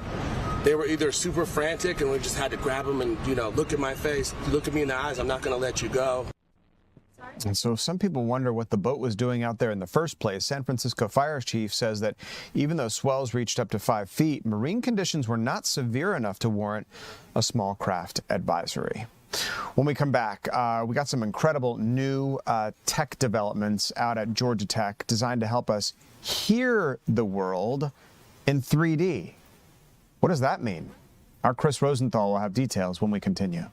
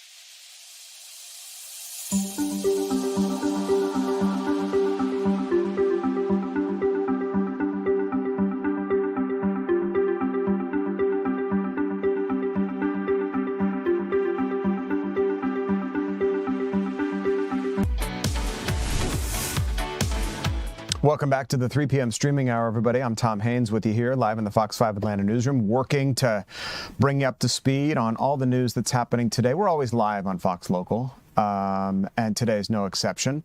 We appreciate you streaming with us. If you're on our mobile app, Fox Local on your mobile device, free to download. We are certainly glad you're with us here today. If you're listening to us or watching us on one of our social media platforms at Fox 5 Atlanta or on our YouTube channel, we're glad you're here, and we always appreciate your comments because we do read them, and sometimes we incorporate them into what we're talking about here on the stream and answer some of your questions. Or if you happen to be in your car and listening to us on our radio partner, 107.9 HD2 FM, we're glad you're listening to us here today. Georgia Tech researchers showing off some incredible new wearable tech technology today designed to help us hear the world in 3D. Now, we are accustomed to seeing things in 3D, but not hearing them. Chris Rosenthal is on campus this afternoon to tell us what this is all about. Well, hey guys, I am at the Georgia Tech Robotic Musicianship Lab, where they are using sound and music and robots in some really unique ways in the robotics industry, as well as in the gaming industry, and some other interesting ways. But safety is really the name of the game here, and I'm surrounded by some robots here, much like robots you might find in a factory. And I am joined by Dr. Amit here. And tell me a little bit about the problem that you're trying to solve here with these robots and with these new development, these sphere phones that you have. Yeah, so this originally started as a grant from the National Science Foundation to improve safety between humans and robots.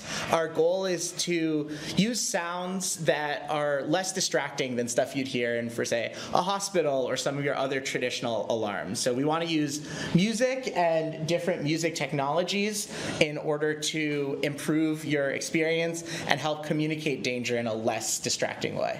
And this would be something, in factories. Tell me the sort of setting this would be in. Yeah, so we're looking to use this in, for example, Amazon workhouses where there's a couple of humans and a lot of different robots, and you want to know generally what the robots are doing, but you also have your own task that you want to focus on. And in that case, we need some way to both communicate where you should be aware of danger, but also the location of this danger. And that's where some of our headphone product kicks in. And tell me about these headphones here. Yes, so these are the sphere phones.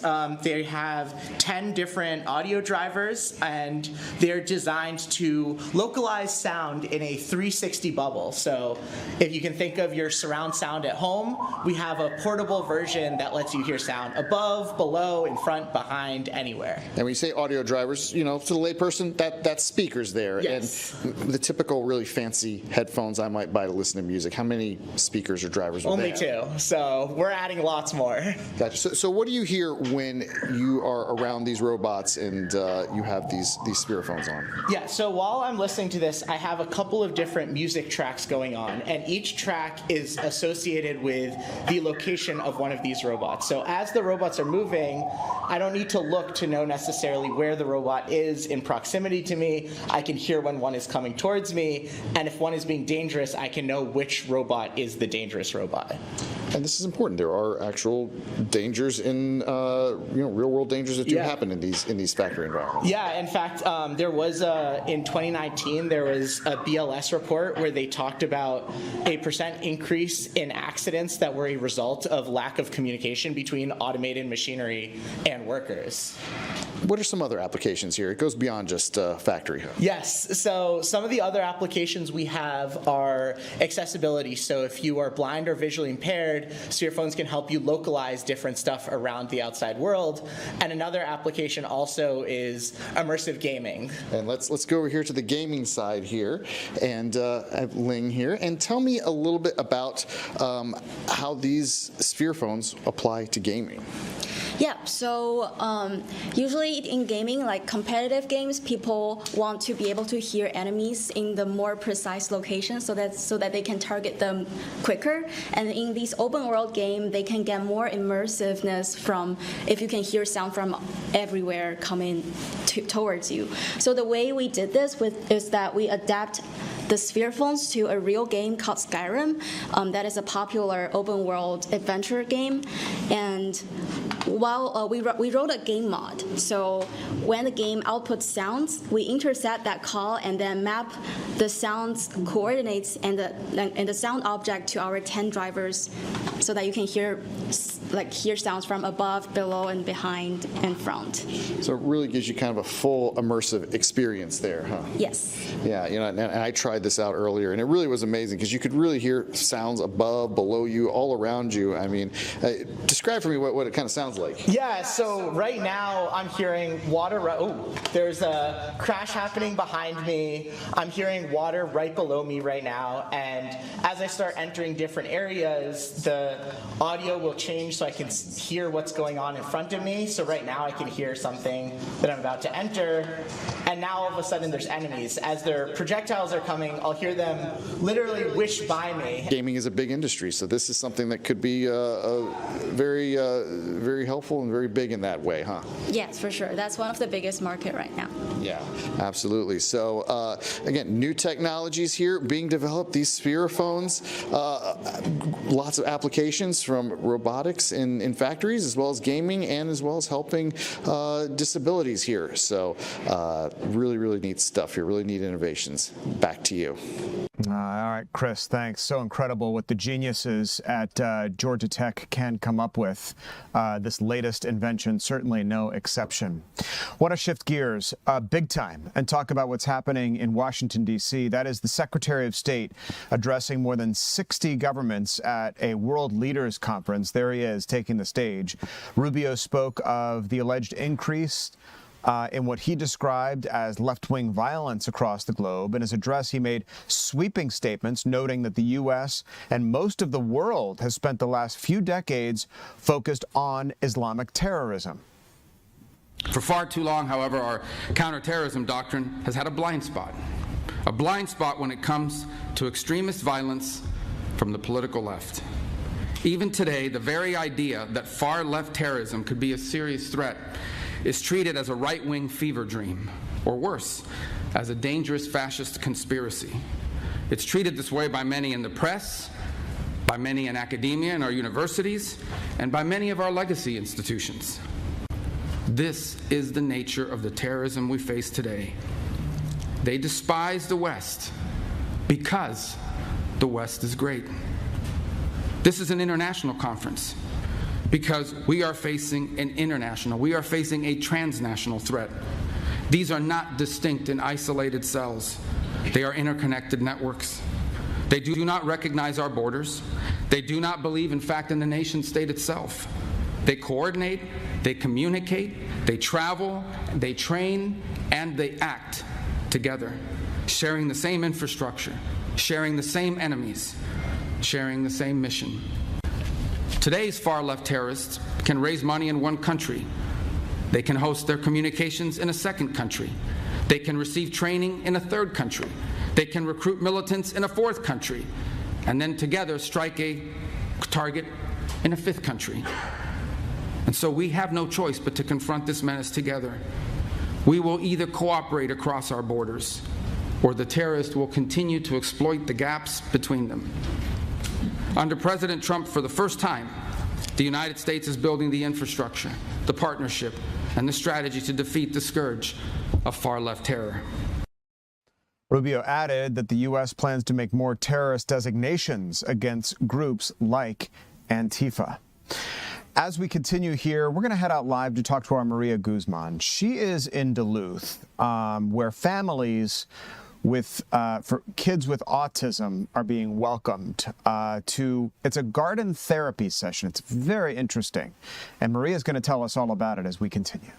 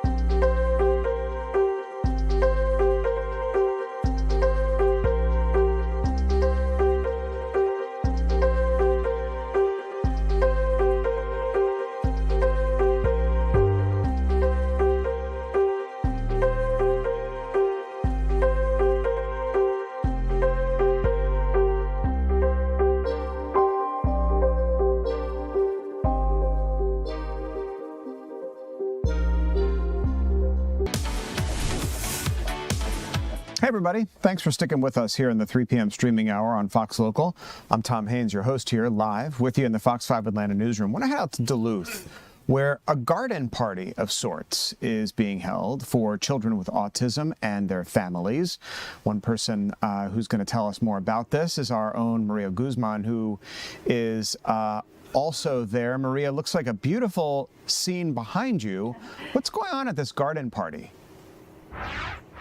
Hey Tom, listen, it is a beautiful sensory garden and it's all located at Spectrum Autism Support Group here in Duluth. But now this sensory garden just got a major makeover, and that's because it was having some issues with its retaining walls. Now those walls what really maintains the plants, and it was basically rotten and it wasn't ready to welcome hundreds of families and also kids and adults on the spectrum. But a local business here heard the story and they decided to step up and do this free service and give it all to this local nonprofit. Now, a project like this can cost up to thousands of dollars, but for them, it was all for free. So let's go ahead and take a listen to the organizers and leaders behind this. We are here at the Duluth location for Spectrum Autism Support Group in our sensory garden. So each individual on the autism spectrum have different sensory needs. So this area caters to them in a variety of ways, from a texture perspective, each of the plants having a different feel, and then from a visual perspective, the different colors, and then of course the different smells associated with this section. It really creates a very warm and welcoming space. It's also very peaceful. So if they're having maybe a moment of, chaos going on internally or externally in their personal spaces, they can come here and get a sense of peace. Mm-hmm. Yes, so the wooden beams here that really hold the dirt in were rotted out. They had been here since this building was initially built, and it was just really not an aesthetic pleasing place for the community that we service. So it wasn't sustainable, and then it also just wasn't pleasing to the eye. As a business owner, we've been able to grow through the community, and we also like to give back. So being able to get our team involved and tell them about what they're doing is also special for them. That kind of gives them that extra motive to do a good job, and being able to learn about what is it that we're doing with this type of services. So it's definitely something that we're very proud of, being able to help especially nonprofits around the area where we're growing, our kids are growing, our businesses is growing, and being able to just give that little piece of community and welcoming spaces. And it was really neat to learn everything about the different plants and how it helps different individuals that have autism being able to calm and have a place where they can feel welcome. So that itself is pretty neat to be part of. I think that as much as I'm learning about spectrum autism and how it's helping the community, it just makes me want to be more involved and being able to just contribute a little more as we can. Now I'm going to go ahead and flip my camera to give you guys a closer look of those retaining walls that they gave a major update. Look, fresh coat of paint, wood is nice and fresh, and also, Tom, I've been showing everyone today my favorite plant, so I have to show you as well. It's my favorite plant. I just discovered it today, and I think it's because of all the cool texture. And if you see, water droplets just kind of sit there and they don't move, and I learned the name of it. It's called lamb's ear, and right here we have some more of that plant that's still growing, very, very young right now.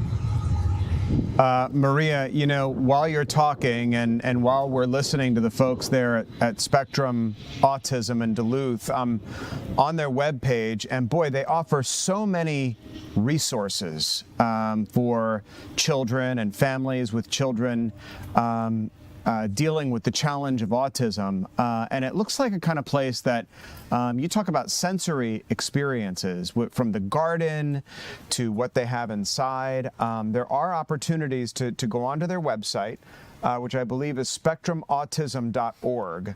They have a schedule up there. As you know, I'm sure you cruised it before you went out there, but you can donate, you can volunteer.